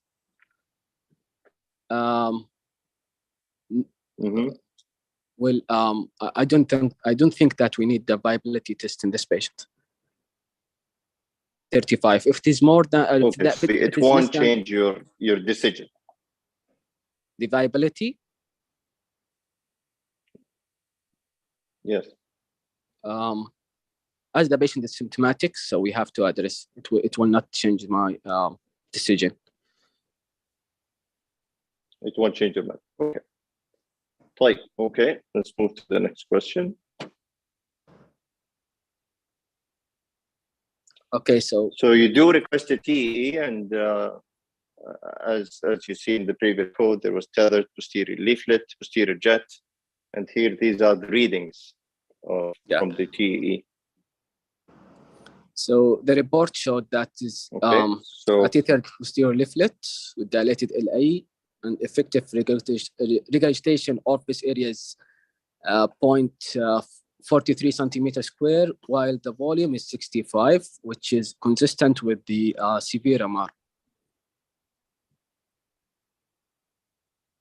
Okay. So to say it's severe MR, what are the parameters, and what are the other parameters that from the latest American guidelines? Yes.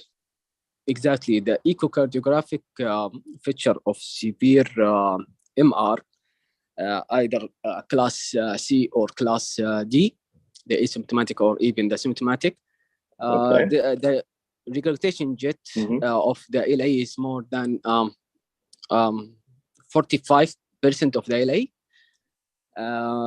while the effective regurgitation orifice is more than 0.4 centimeters square. The fraction is of more than 50%, and the regurgitation volume is more than 60 ml per beat. Okay. في شيء ثاني؟ على vena contracta. Yes, exactly. Vena contracta. Sorry, I forget it. Should be more than 0.7. Yeah. Okay. So this is the echocardiographic features. Okay. So according to the findings and the reading, severe. Okay. So can we move to the next slide? So that is the management plan. Yes. What would you do? So this patient السؤال الثاني نسبيا تعرف يعني. Okay. So as the patient having a severe MR secondary to the coronary artery disease, it is a class 2A indication in the latest guidelines. So I would go for CABG plus mitral valve repair.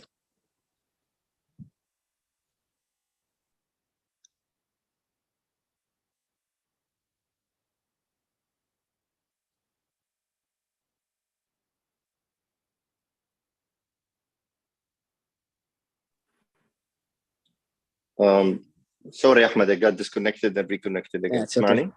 Yes, Mark. So you would opt for repair? Yeah, exactly. It's repairable valve. What would be your repair strategy? It depends. I will assess the valve. If it is,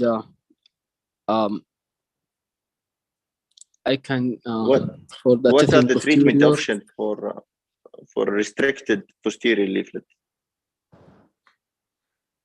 I will do a ring annuloplasty anyhow, but most of the cases that I've seen ischemic MR, they are doing only the ring annuloplasty, but we have to do some adjunctive procedure like papillary muscle translocation or some procedure on the papillary muscle. So how would the papillary muscle transposition help the posterior leaflet tethering? Or a chordal transfer, or in these cases, you have a short cord now. Okay. So we have. And you have restriction, not a short. يعني من dilated LV, صح? Exactly. Yeah, displaced papillary muscle. So we have a displaced papillary muscle, and it's tethering and pulling on the posterior leaflets, huh? Yeah, exactly. So how would you fix that? Well, I'm not sure. I haven't seen it. Okay. So you do repair, and you will do only repair? Yeah, cabbage plus cabbage. Plus cabbage. Okay. Yeah, sure. احنا ما عندنا full angio, but you will try to fully revascularize. You will graft even the right side. BDA, they appear in the images. There is an distal filling, so I will do BDA. Okay. Okay. طيب ماشي. Let's move on to the next. So describe the surgery. You do standard cannulation. Start from cannulation strategy, protection, everything. Okay, so after full median sternotomy and central cannulation, an arterial cannula in the aorta, and I will go for bicaval cannulation. Okay. Then I have to examine my targets. Okay. Then I will do my distals, either arterial or venous graft. After that, will you do arterial in this patient? It is 52, right? 52 years old. I can't remember, but let's say he is 52.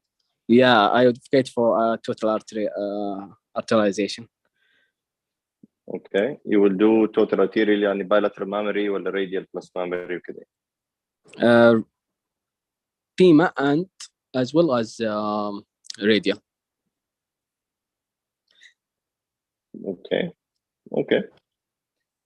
So you do that. You do the distals, but then I will develop the Sundengard groove before the proximal shore, and then I will go through the LA and examine the valve, the leaflets, the subvalvular apparatus, even the LA appendage.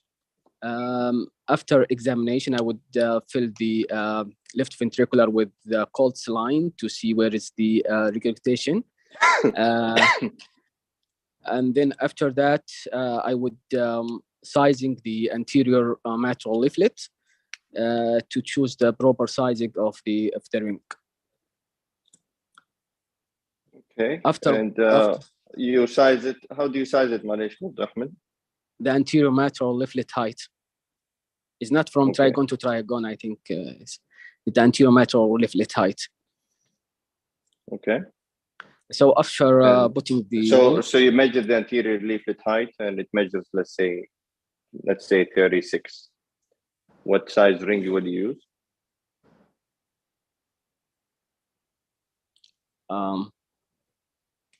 6 the anterior mitral leaflet height. So I'm not sure.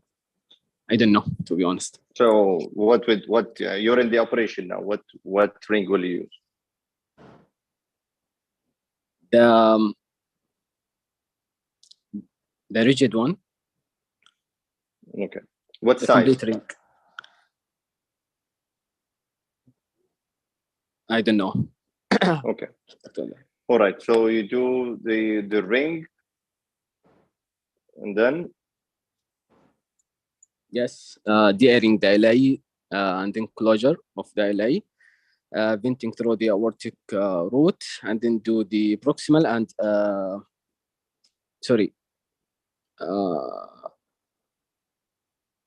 yes, I will do the proximal, then the dual lima lastly. You do lima to LAD lastly. Okay. You did the proximals. So we move to the next question, Manish. Let's say you do the proximals on the same clamp. You remove the cross clamp, and the heart, the LV, it's ballooning. It's distending like crazy, and the patient goes into VF. What will you do? I will drain the patient fully go on bypass again. You are on bypass. Listen, you're not weaned ولا حاجة. مجرد ما شلت الكروس كلامب LV became like a balloon when it's VFing. Yeah, I think this is I think a problem with the aortic valve.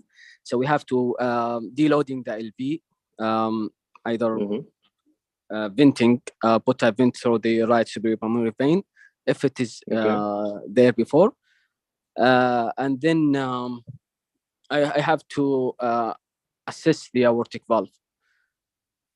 Okay, so tell me the sequence. You have an LV vent. Let's say you left an LV vent through the atriotomy ولا من left superior pulmonary vein.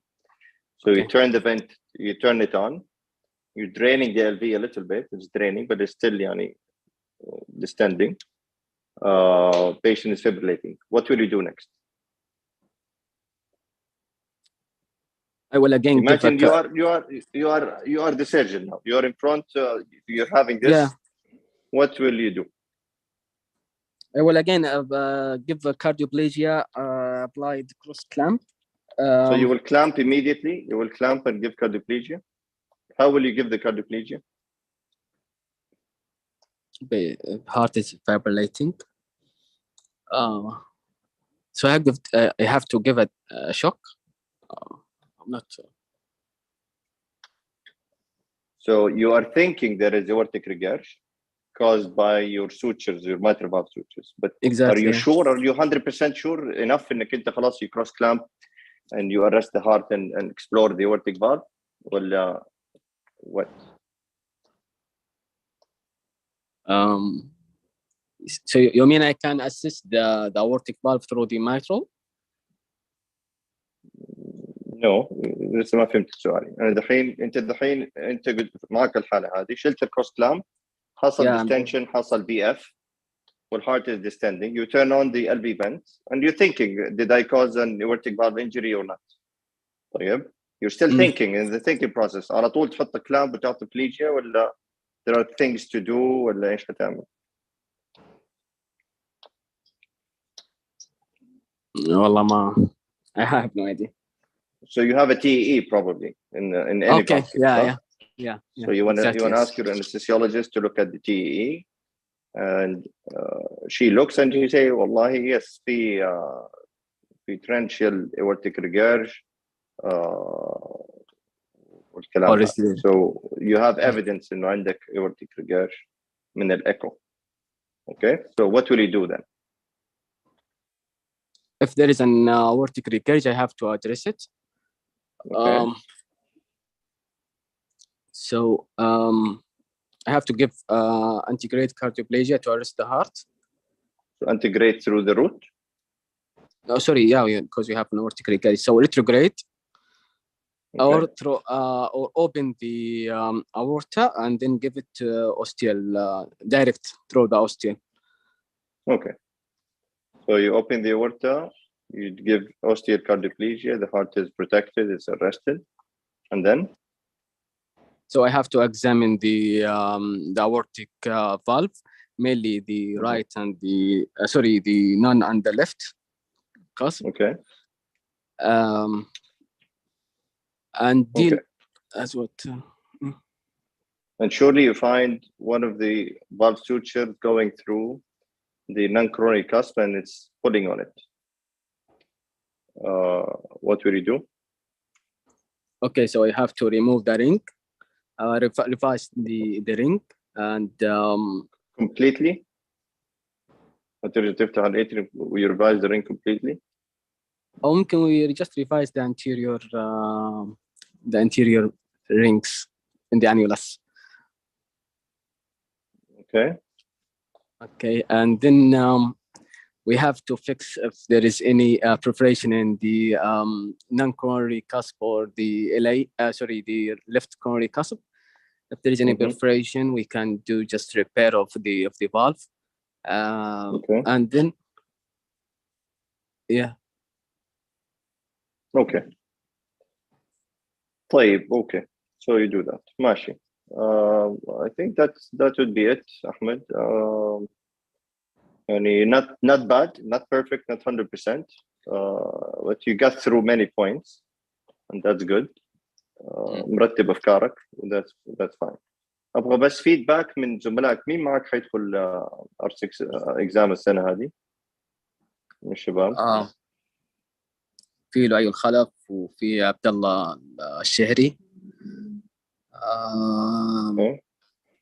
طيب في أحد منهم يحب يعني يقول إذا في حاجة مختلفة كان يعملها ممكن في الحالة نتناقش؟ any volunteer من اللي حيدخلوا الإكزام السنة هذه؟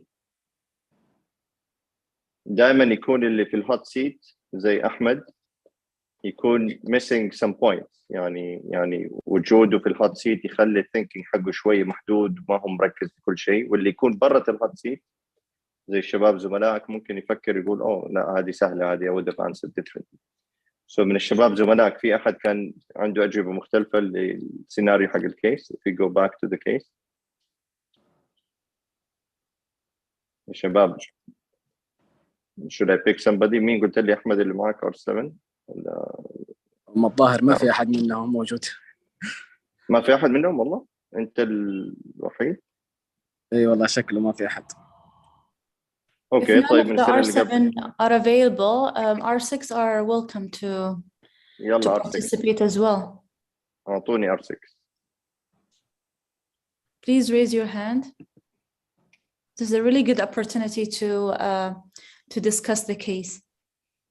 لازم يكون في شوية تفاعل يا شباب. This should be more interactive. أنا المشكلة إني ما حضرت لأي حاجة من الحاجات دي ولا كان يعني ممكن it becomes more interactive. بس كمان شكلك أحمد حتاخذ العلقة كلها اليوم كل شكله كذا والله. فين الشباب باعوك اليوم؟ ليش ما حضروا الباقيين؟ I have no idea why they are if they are not attending. I'm not sure. We keep encouraging them. It's meant for them and to prepare them for the exam and also for the junior to learn. Yeah. إذا الR7s ما يحضروا اللي هم عندهم الإكزام صراحة this is discouraging حقيقة. أوكي طيب نشوف مين طيب في الR6. I don't want to pick on anybody بس يعني يلا أحد فيكم.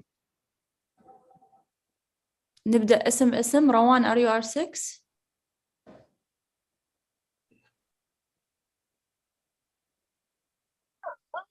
I'm R3. طيب اللي بعده نبغى R6 يا شباب.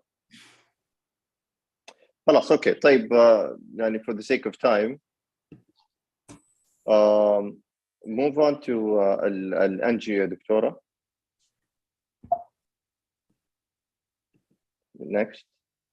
okay this is a still image. ما لومك يعني الديناميك image مختلفة وتشوف فيها الكورونريز بس to me this is a convincing distal left main صراحة. تمام. اوكي في at least 50% luminal stenosis.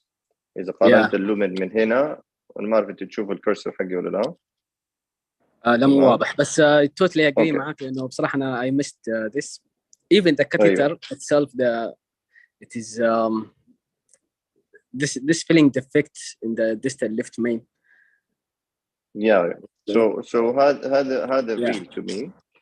Yes. النقطة اللي ما توقع فيها إنه if you see it in another image and it looks perfect ما في أي stenosis that doesn't mean anything.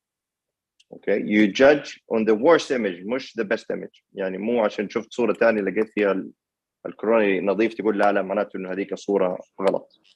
Because you have to see it at least in 3 different angles and that's the way contrast shows in the lumen صح؟ إذا تخيلت اللومن والكونتراست ماشي فيه على حسب الستينوسس. إذا أنت جاي بعرض الستينوسس هتشوف الفيلينج كامل ما حتشوف فيه فيلينج ديفكت. صح؟ صحيح على حسب الفيو يعني. على حسب الفيو. So الورست فيو هو الأسوأ هو الموجود يعني هو الترو ستينوسس. إذا فيو أحسن منه it doesn't exclude الفيو اللي كان فيه الريد ستينوسس. أوكي. Yes you need to see it in different views عشان يعني اوكي تقنع نفسك بالاداء بس مو معناته انه لو ما في الفيو الثاني نظيف معناته this is not a true stenosis. اوكي طيب نمشي كمان. هذه you did well ما في مشكلة. I agree معك إنه viability study is not required in this patient بالذات إنه هو دحين كمان صار distal left main. فهذه أنا معك فيها. لو كان طبعا ejection fraction poor وسيفير LV dysfunction وكذا أقول لك أوكي أعمله عشان نشوف هيستفيد أصلا من العملية ولا لا. بالذات in the context of severe MR. Okay. Okay. طيب معلش دكتور. تفضل. Yeah, I would like, if we assume this patient is he's having very poor LV function, although that he is symptomatic with severe MR. Okay, so would we go for the surgery for mitral valve per se, or we have to just send the patient for interventional and they will do H2H repair or transcatheter and that's it, heart failure, and treat him as heart failure? So انت سؤالك although the patient having left main severe LV dysfunction نتكلم صح؟ Yeah. طيب if the LV function let's say is 20% وعنده severe MR وعنده severe MR, what is the true LV function في هذه الحالة مثلا? Is better or worse than 20%? No, it should be it would be worse. Because it's exactly عندك incompetent valve. So the LV looks a little better than the true LV function. Okay. So an ejection fraction 15%. Would you take a patient with an ejection fraction 15% and do a CABG and mitral valve replacement? You mean normal left ventricular ejection fraction? Not normal. نتكلم الحين أنت بتقول 15% ejection 15 fraction. or yeah. Okay. هتعمل له CABG وmitral valve? It is very long procedure and ischemic and no, I will not. I will vote for the go for interventional H2H repair and then treat as a heart failure patient, medical therapy. Okay. So yeah, I wouldn't consider surgery as a first or a second option. Multidisciplinary discussion has to be done. يعني الانسرز حقتك لازم تكون شوية واقعية in real life. تقول يعني a case like that I would do viability study. تمام. I will assess the MR with the TE ونعالجه ممكن medically when we discuss him for either medical treatment or زي ما تفضل PCI and edge-to-edge repair. Okay. يعني functional MR with severe LV dysfunction مع coronary artery disease is a very bad combination. Those patients do very poorly if you take them. ولازم تكون very cautious when you're discussing these cases in the exam. إنك أنت ما أنت متحمس إن أنا أعمل. No, I have to rethink. I have to rediscuss. وهذا الكلام أعمل more investigations. أعمل أشياء كثير. Don't fall into the trap إنه yes I will offer him surgery ما عنده other option. Okay. لأنه كان ال only option will kill him. يعني أنت لازم تكون safe surgeon في الأول وفي الأخير قبل أي حاجة. ماشي. Yes, and that brings us to the next point. أنت لما تكلمت على التوتال arterial والconduits choice في الحالة هذه. تمام. This is also arguable. يعني ممكن depends really I think on the examiner and his belief in total arterial. And most of the surgeons I would say يعني بكل أمانة وصراحة ما هم يعني متحمسين جدا على total arterial والبالات المامري worldwide مو بس في السعودية. فتيجي على حالة زي هذه وتقول له total arterial it's tricky. You have to be really careful. أنا لو مكانك في الاختبار حالة زي دي I would do it standard ليما veins. طيب أولا إيش الأسباب؟ long term survival benefit. اوكي اصلا يعني ممكن يدخلك في ديسكشن ما اعرف كيف السيت اب حق الاكزام بس ممكن يدخلك في ديسكشن حق اوكي ايش البنفيت حق بالات المامري هل في لونج تيرم سرفايفل ايش اخر ستاديز اتعملت في الموضوع ده وهذا كله طبعا لازم تكون عارف الاجوبه حقتها تمام عارف مو بس الاجوبه عارف الاجوبه وعارف هاو تو ديفند ات انه طب ايوه صح اللاست ارس ترايل شود نو ديفرنس بس كان فيها بايس، كان فيها كذا. I believe إنه مثلا more studies with longer term follow up ممكن it shows a long term benefit والكلام. Okay. So هذا one side of the discussion ممكن توقع نفسك فيه. The second side اللي هو is this patient, let's say إنه في long term survival benefit, is this really the right patient to benefit from a long term survival benefit of bilateral mammary or total arterial grafting? لأنه usually functional MR أو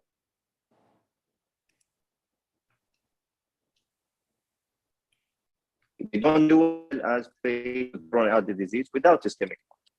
تمام. الأوتكم حقهم أسوأ for sure. Okay. So هذا النقطة الثانية. والنقطة الأخيرة إنه برضو هدول المرضى are sicker patients, longer clamp time وischemic time on a sicker heart, ويمكن حتى أوقات البروتكشن ما يكون 100% عشان السيفيريتي of the coronary artery disease, الocclusion حق الرايت، كل الحاجات دي.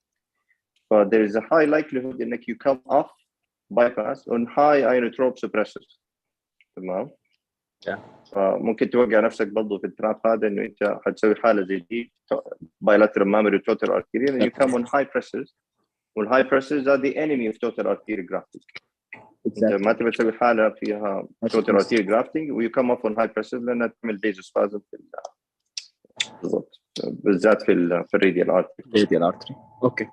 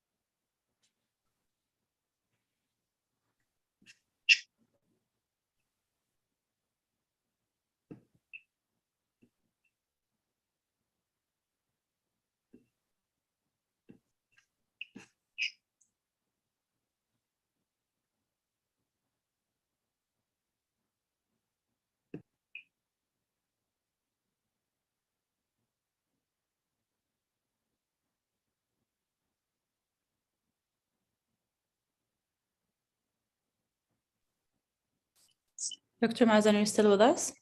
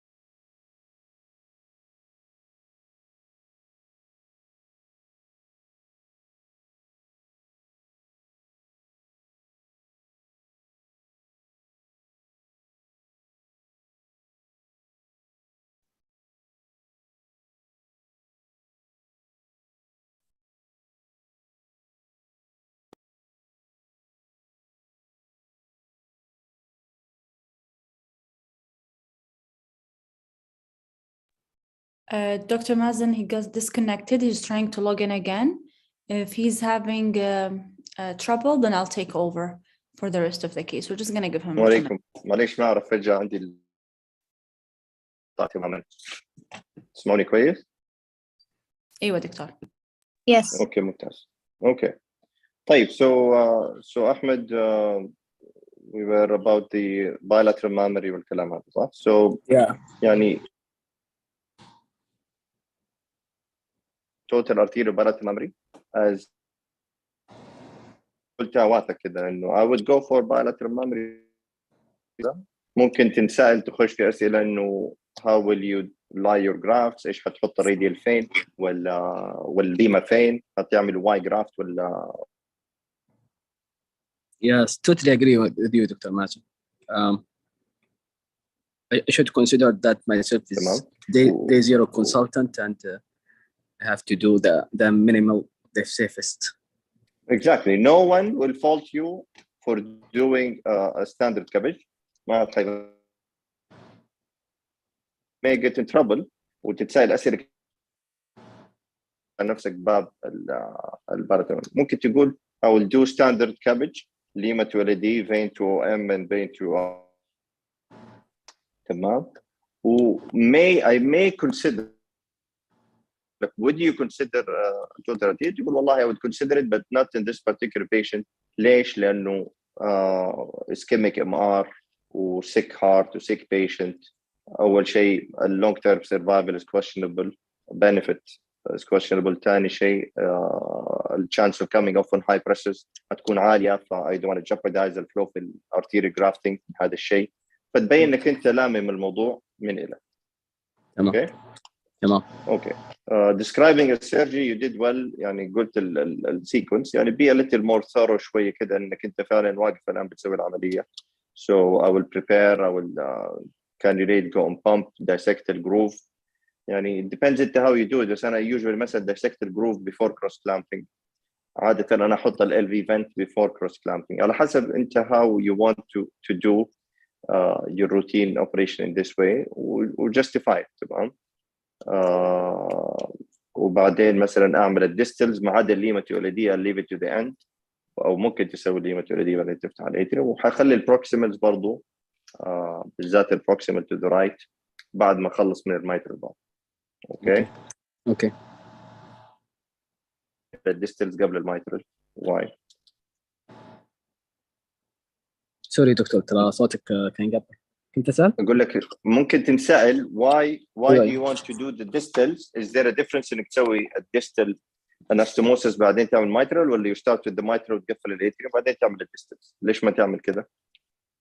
Well, actually, for the distals, I have to manipulate the heart, and it is difficult to manipulate while there is a fixed ring of fixed metallic things in the mitral. You're gonna cause an injury to the atrioventricular, and okay, all right. So you're worried about AV dehiscence or injury to the AV group. I mean the mitral valve procedure. Exactly, yes.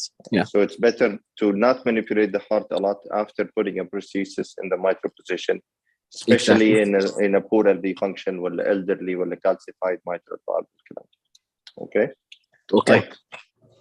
Now, when you remove the clamp and there's LV distension or VF, don't jump into خلاص أنا حامل وافتح وأشوف الأورتيك valve والكلام هذا. طيب, this is something that may occur in normal cases, normal scenarios. تشوفنا إحنا مثلا في العمليات يحصل هذا الشيء. We never jump into opening the aorta and jumping into conclusions. صح? You have time. You have time. The main point إنك أنت ما تخلي ال LV يفضل distended. صح? Exactly. So you said it correctly. إنك you drain the LV. When you say draining the LV, you really have to specify in draining the LV by إنك أنت تسحب venting من ال LV vent ولا PA vent ولا any sort of vent. Okay. الرود vent ما حيفضي ال LV. So this is a wrong answer. When you say الرود vent ما له دخل بال LV. الرود vent يفضي الأورتا ما له علاقة بال LV. Okay. إذا ما عندك LV vent, the only way to drain the heart انك انت you stop the pump and drain the heart. لانه اي flow في البمب اي فلو في البامب بيروح على الاورتا بينزل على الاورتيك فالف على ال LV. So you either have something to empty the LV or you go down on your flow و you drain more venous عشان تقلل الفلو into the aortic valve في ال LV الى ان تحل المشكله. وانت مره استك ولقيت ال LV كده بينفخ قدامك you can do that. طيب you shock the patient حط LV vent. او ممكن انا مثلا على طول لو صار هذا الشيء اول شيء اسويه اول flow down drain the heart لانه if you shock the heart while it's fully distended it will not come back. تمام. it will continue to fibrillate. ما حيرجع هو منفوخ قد كده ويرجع ثاني it beats. So I would slow the flow و drain the heart. تمام. وبعدين اعمل shock و restore the flow بعد ما يروح الفي اف. عملت shock ورجع الهارت distended وحاصل دخل في في اف مره ثانيه معناته لا انا عندي مشكله ثانيه لازم احلها. فعلى طول تتصرف تحط الفي فنت. في اغلب الاوقات انت اصلا تقول انا دوبي عامل mitral valve في الفي vent through the mitral valve. I left it for de-airing, so I will just de-air through that. Decompress the LV through the LV vent. I will try to shock and see if he come back. والكلام ده. Okay. تمام. If he come back and he's still distending or fibrillating, وهذا is a recurring issue, then I would ask the echocardiographer to look at the echo, look at the valve, and tell me what's going on. إذا كان في clear evidence of إنه في aortic regurg زي ما كان في فيديو ليها في الصورة اللي بعدها, then okay خلاص you have an answer. برضو when you proceed تكون عارف الخطوات بالضبط, ما تقول والله I will clamp and give cardiplegia arrest the heart. لا, هنا في عندك مشكلة في البليجيا. Okay, and I wouldn't give retrograde plegia. I would give ostial. Oh, you can give retrograde, you can give يعني أكثر من طريقة. وبرضو لازم برضو تحط في بالك إنه if you're reclamping وتذكر كمان للإكزامينر إنه I will كمان clamp the lima to LAD while doing the procedure. So I will remember to clamp the lima to LAD, أعطي osteocardiplegia, arrest the heart, وassess the aortic valve. Okay. ماشي. Whether you repair or replace, this is again a debatable subject.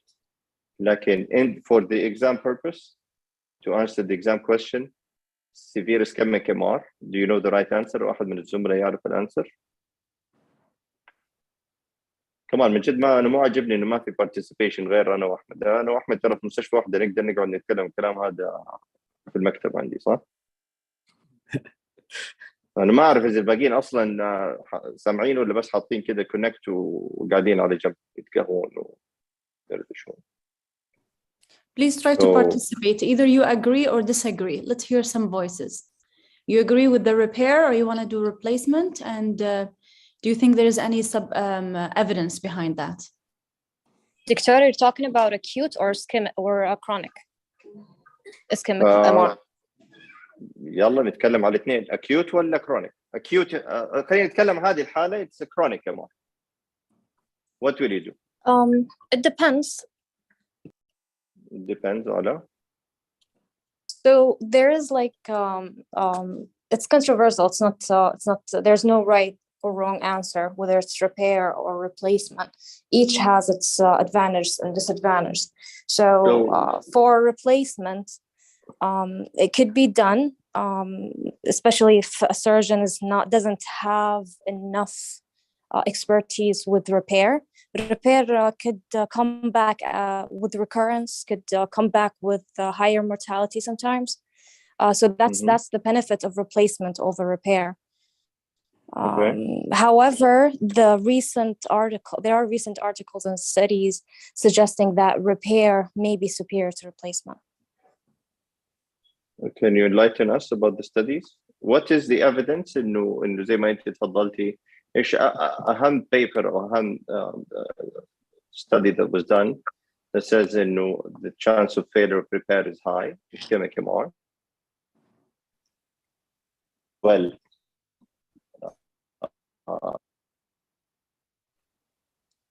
to be honest, I don't have the names of the studies right now. but there was like I think Glower and colleagues, I don't remember his study name, but they did analysis, and basically they were looking at the comorbidities and the results of both, and they mentioned that the huge difference was the patient's background, the comorbidities, not the repair per se or the replacement. That's what they were looking at in his specific study. But yeah, and they were talking more about like the repair, if it's going to be done repair, what sort of repair are you going to do, whether it's reduction, annuloplasty. For replacement, they were recommending the chordal sparing technique. It's actually the whole point of the replacement. They were talking about chordal sparing is very important in the long-term outcome following MVR.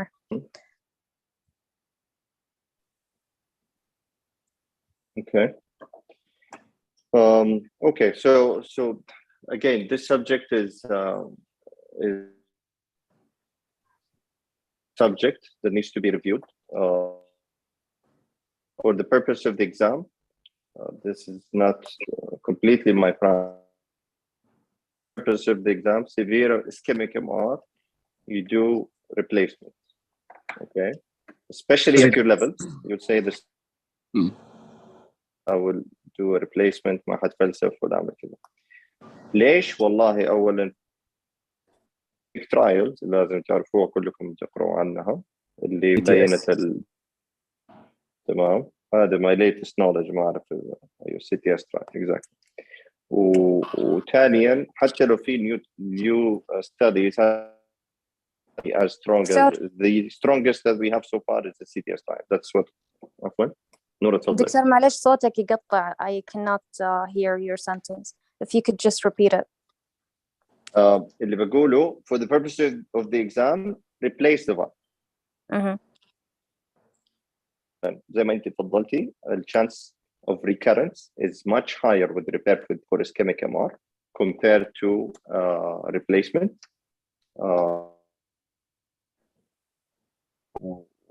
وهذا الكلام based على what CTS trial, CTS net trial والكلام. Okay. حتى I think if I'm not mistaken the guidelines put a replacement above repair based on هذا الtrial. It is repair, Dr. Class 2A. For ischemic MR? Yeah. For FMR, it is repair if it is durable repair and at This is for a primary, Ahmed. This is for a primary, not for ischemic. For sure, this is primary. Yeah. Okay, there is a guidelines actually, and it is Class 2A indication to do mitral valve replacement over mitral valve repair in secondary ischemic MR. However, with the recent guidelines, 2020 valve guidelines, they downgraded to Class 2B to do mitral valve replacement over repair, and this is in light of it's a little bit biased as the cardiologist trying to recruit more patient for mitral valve clip, right? So, but the real recommendation, it's Class 2A to do replacement over repair in severe ischemic MR. Yeah. Okay. Yeah, this is also my latest knowledge. The other thing, يعني شوف إذا كان central MR dilated annulus more than a tethered leaflet, you could still argue إنه you can do a ring and you describe the ring implantation easily. For tethering a posterior leaflet, restricted posterior leaflet, it's hard to describe how would you repair it at the repair technique. ما ينفع لا chordal transfer. You said chordal. وهنا برضو تدخل نفسك في موال ثاني. حامل chordal transfer، حامل شو يسموه هذا papillary muscle elongation. كل الحاجات هذه صعبة وما حتحل المشكلة حقت الاسكيميك tethered leaflet. اوكي هذه الحاجات تنفع في البرولابس اكثر من انها تنفع في الريستريكتد leaflet. اوكي. في ناس تعمل هذا بس out of the subject. في ناس تعمل posterior leaflet augmentation، يعني يعمل باتش كبيرة على posterior leaflet ويكبرها وبعدين يحط رينج. وفي studies اتعملت على الشيء هذا with good results و long term outcome. But again, these are not randomized trials. These are single center few surgeon technique. So for the purpose of the exam, the latest recommendation CTS trial يعني تكون انت structured خلاص في راسك هذه الحاجات. I will replace the mitral valve. Okay. ماشي. Okay. إذا كان moderate, then you can argue إنك أنت yes you can do a ring moderate central or leave it alone على حسب أنت how will you argue الموضوع. Yeah. Okay. طيب. I have a question to the groups. If you guys decided to do mitral valve repair and ischemic, according to the STS trial, what do you suspect the recurrence of moderate to severe MRs at 2 years compared to mitral valve replacement?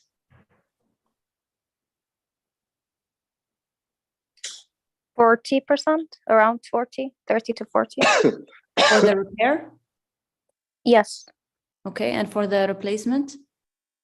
I think it's going to be less than 10%. Okay, so for the repair, it's 60%, 58 to be exact, at 2 years. So more than half of the patient who underwent repair, they came back with moderate to severe regurgitation in 2 years after the repair. So, and according to this outcomes, the guidelines has came to recommend replacement over repair. Compared to 3% in replacement. Okay.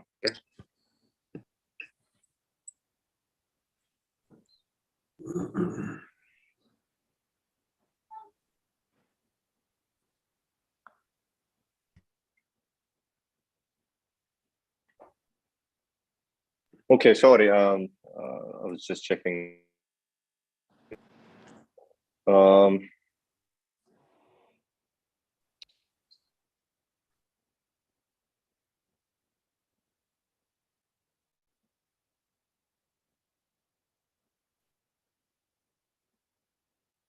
Also, while Dr. Mazen is checking his email, I'll just gonna ask another question, and that one of the things that you guys have to think about. If you would advocate for mitral valve repair and ischemic MR, what type of ring you're gonna use? We have so many types of ring: complete, incomplete, flexible, rigid, and for specifically for ischemic MR, there is a certain type that it's highly recommended to be used.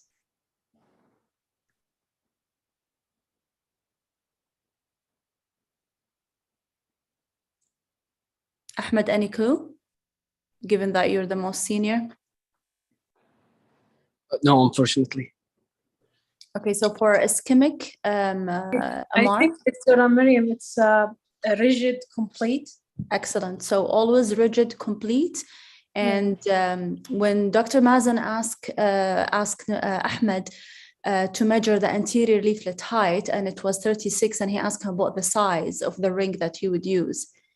If you have a ring with 36, would you use it? No, downgrade. Downgrade how much? 2 sizes. Maybe. 2 sizes, yeah, excellent. So this is one of the key things and point that you have to keep in mind.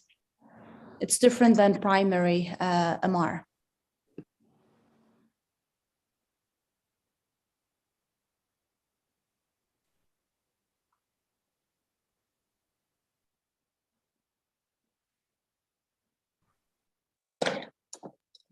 طيب يعطيكم العافية. أنا الصوت عندي صراحة ما بيقطع مرة، يعني الصوت يروح ويجي، فما عرفت أنتم سامعيني كويس؟ الصوت عندكم واضح؟ Allah يعطيك العافية Dr. Mazen. Thank you for saving the day, even though we haven't prepared the case. It was excellent discussion, and I'm sure the resident has really learned a lot of things.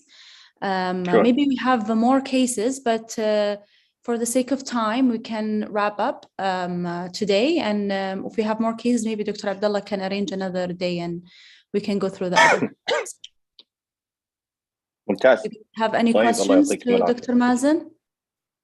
لا بس أتمنى المرة الجاية إنه يعني الانتندد ترينيز اللي هم حيدخلوا الإكزام هم أهم ناس يحضروا السيشنز هذه، عشان حتى تفاعلهم يكون مفيد للمور جونيور ريزيدنتس. هذا أهم شيء. إذا في أي سؤال من من ال other doctors, yes, please go ahead.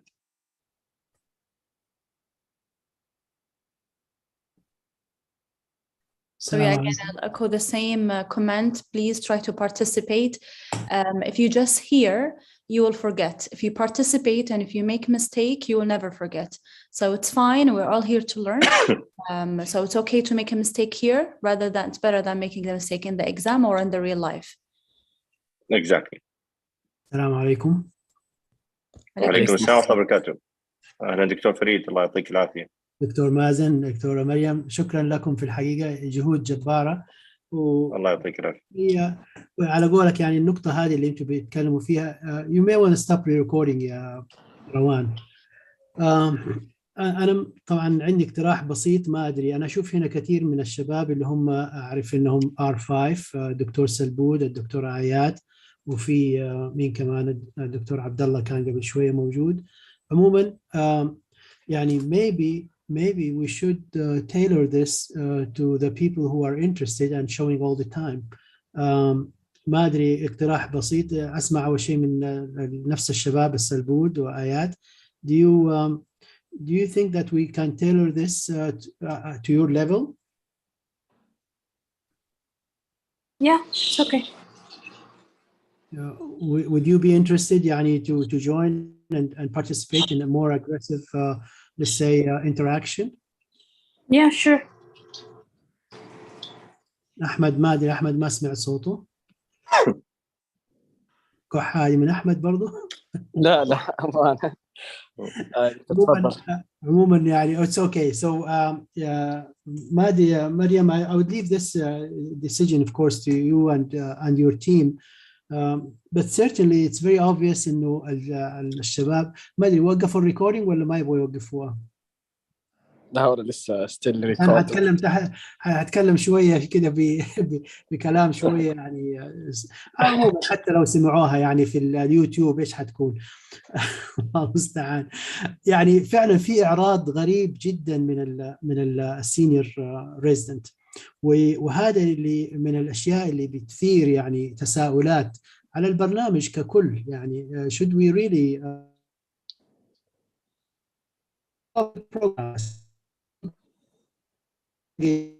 إنك أنت السنة الخامسة ولا عفوا السادسة، ولا إنك خلاص فوق.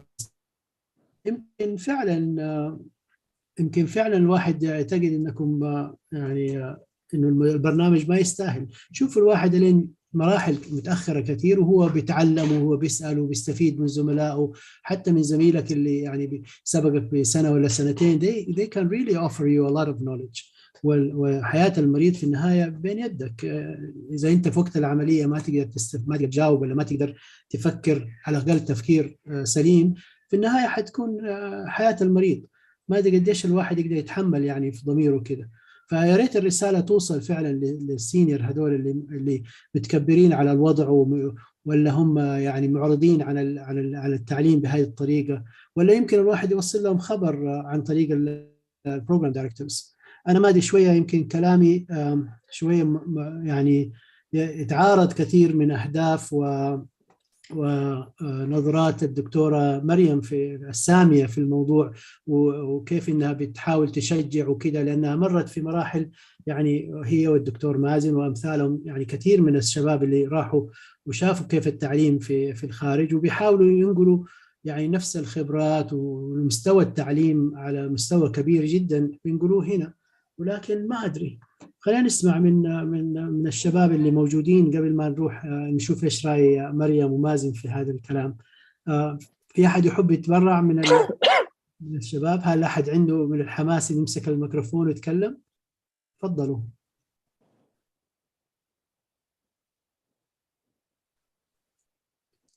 طبعا I don't know بصراحة about the senior why they didn't يعني show up, because this session is our chance to be honest. بصراحة أنا حريص والله كل أسبوع إني أكون فاضي إنه أحضر هذه السيشن even if I'm not participating, but at least I know what's the question or the type of the questions.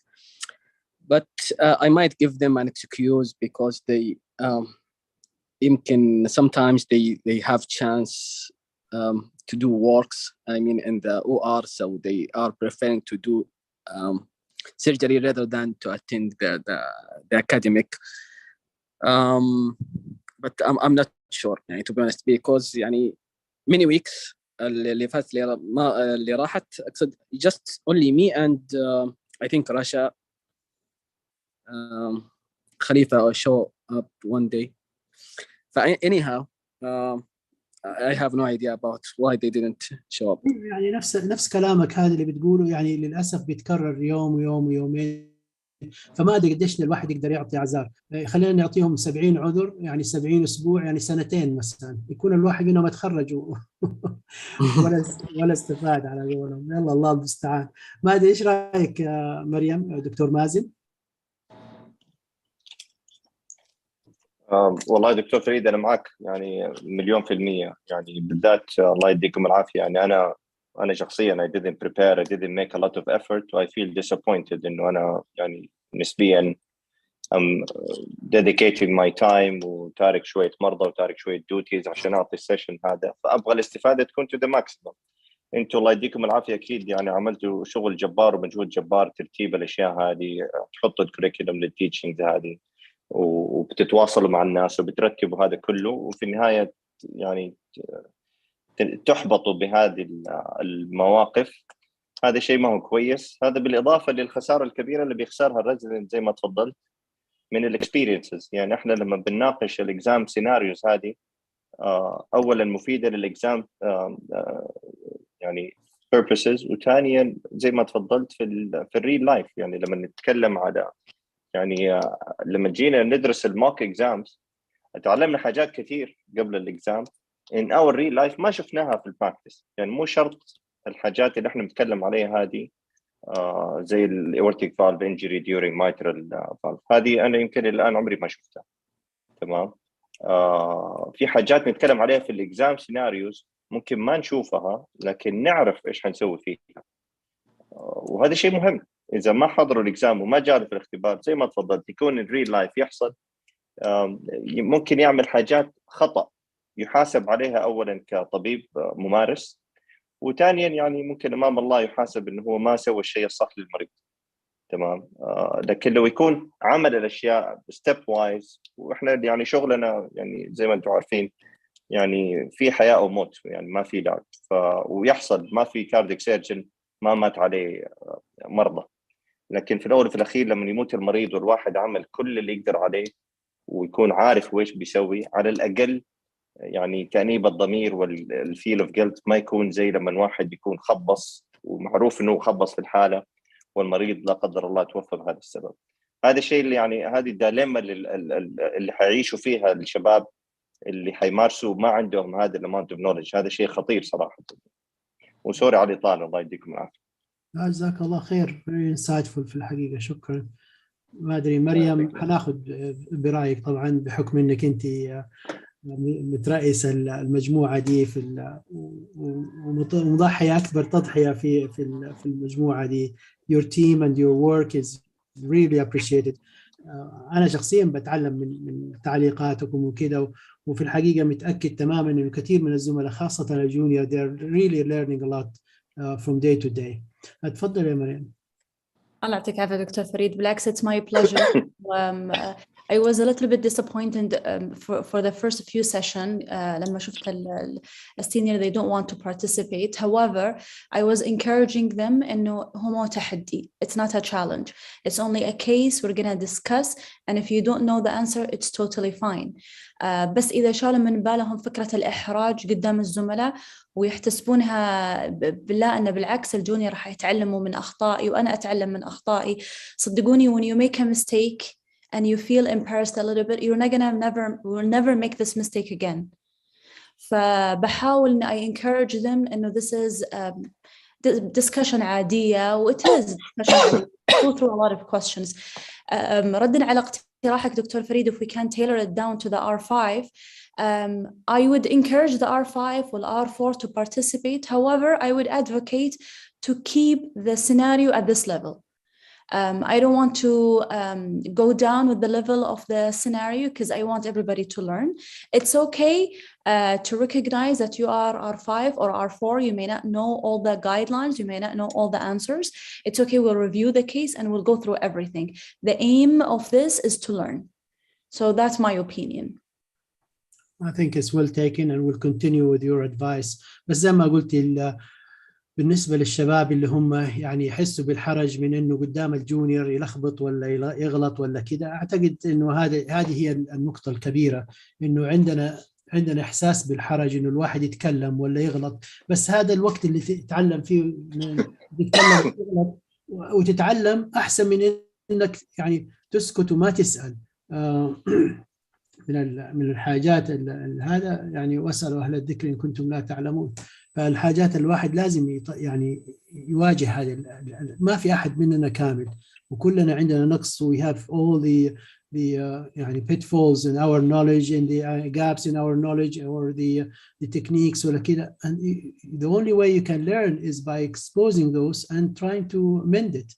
أما إنك تخاف عليها ولا تخاف إنه والله زميلك اللي جونيور يحس إنك أنت يعني سنة سابعة وما أنت فاهم النقطة هذه ولا النقطة هذه.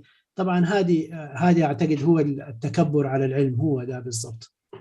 يلا الله يعينهم. We'll continue anyway. We'll continue the support and we'll continue the management and maybe we'll ask the R7s also to participate. So sorry, the R5 to participate next time, because looks like it's going to dwindle down to slowly to that level.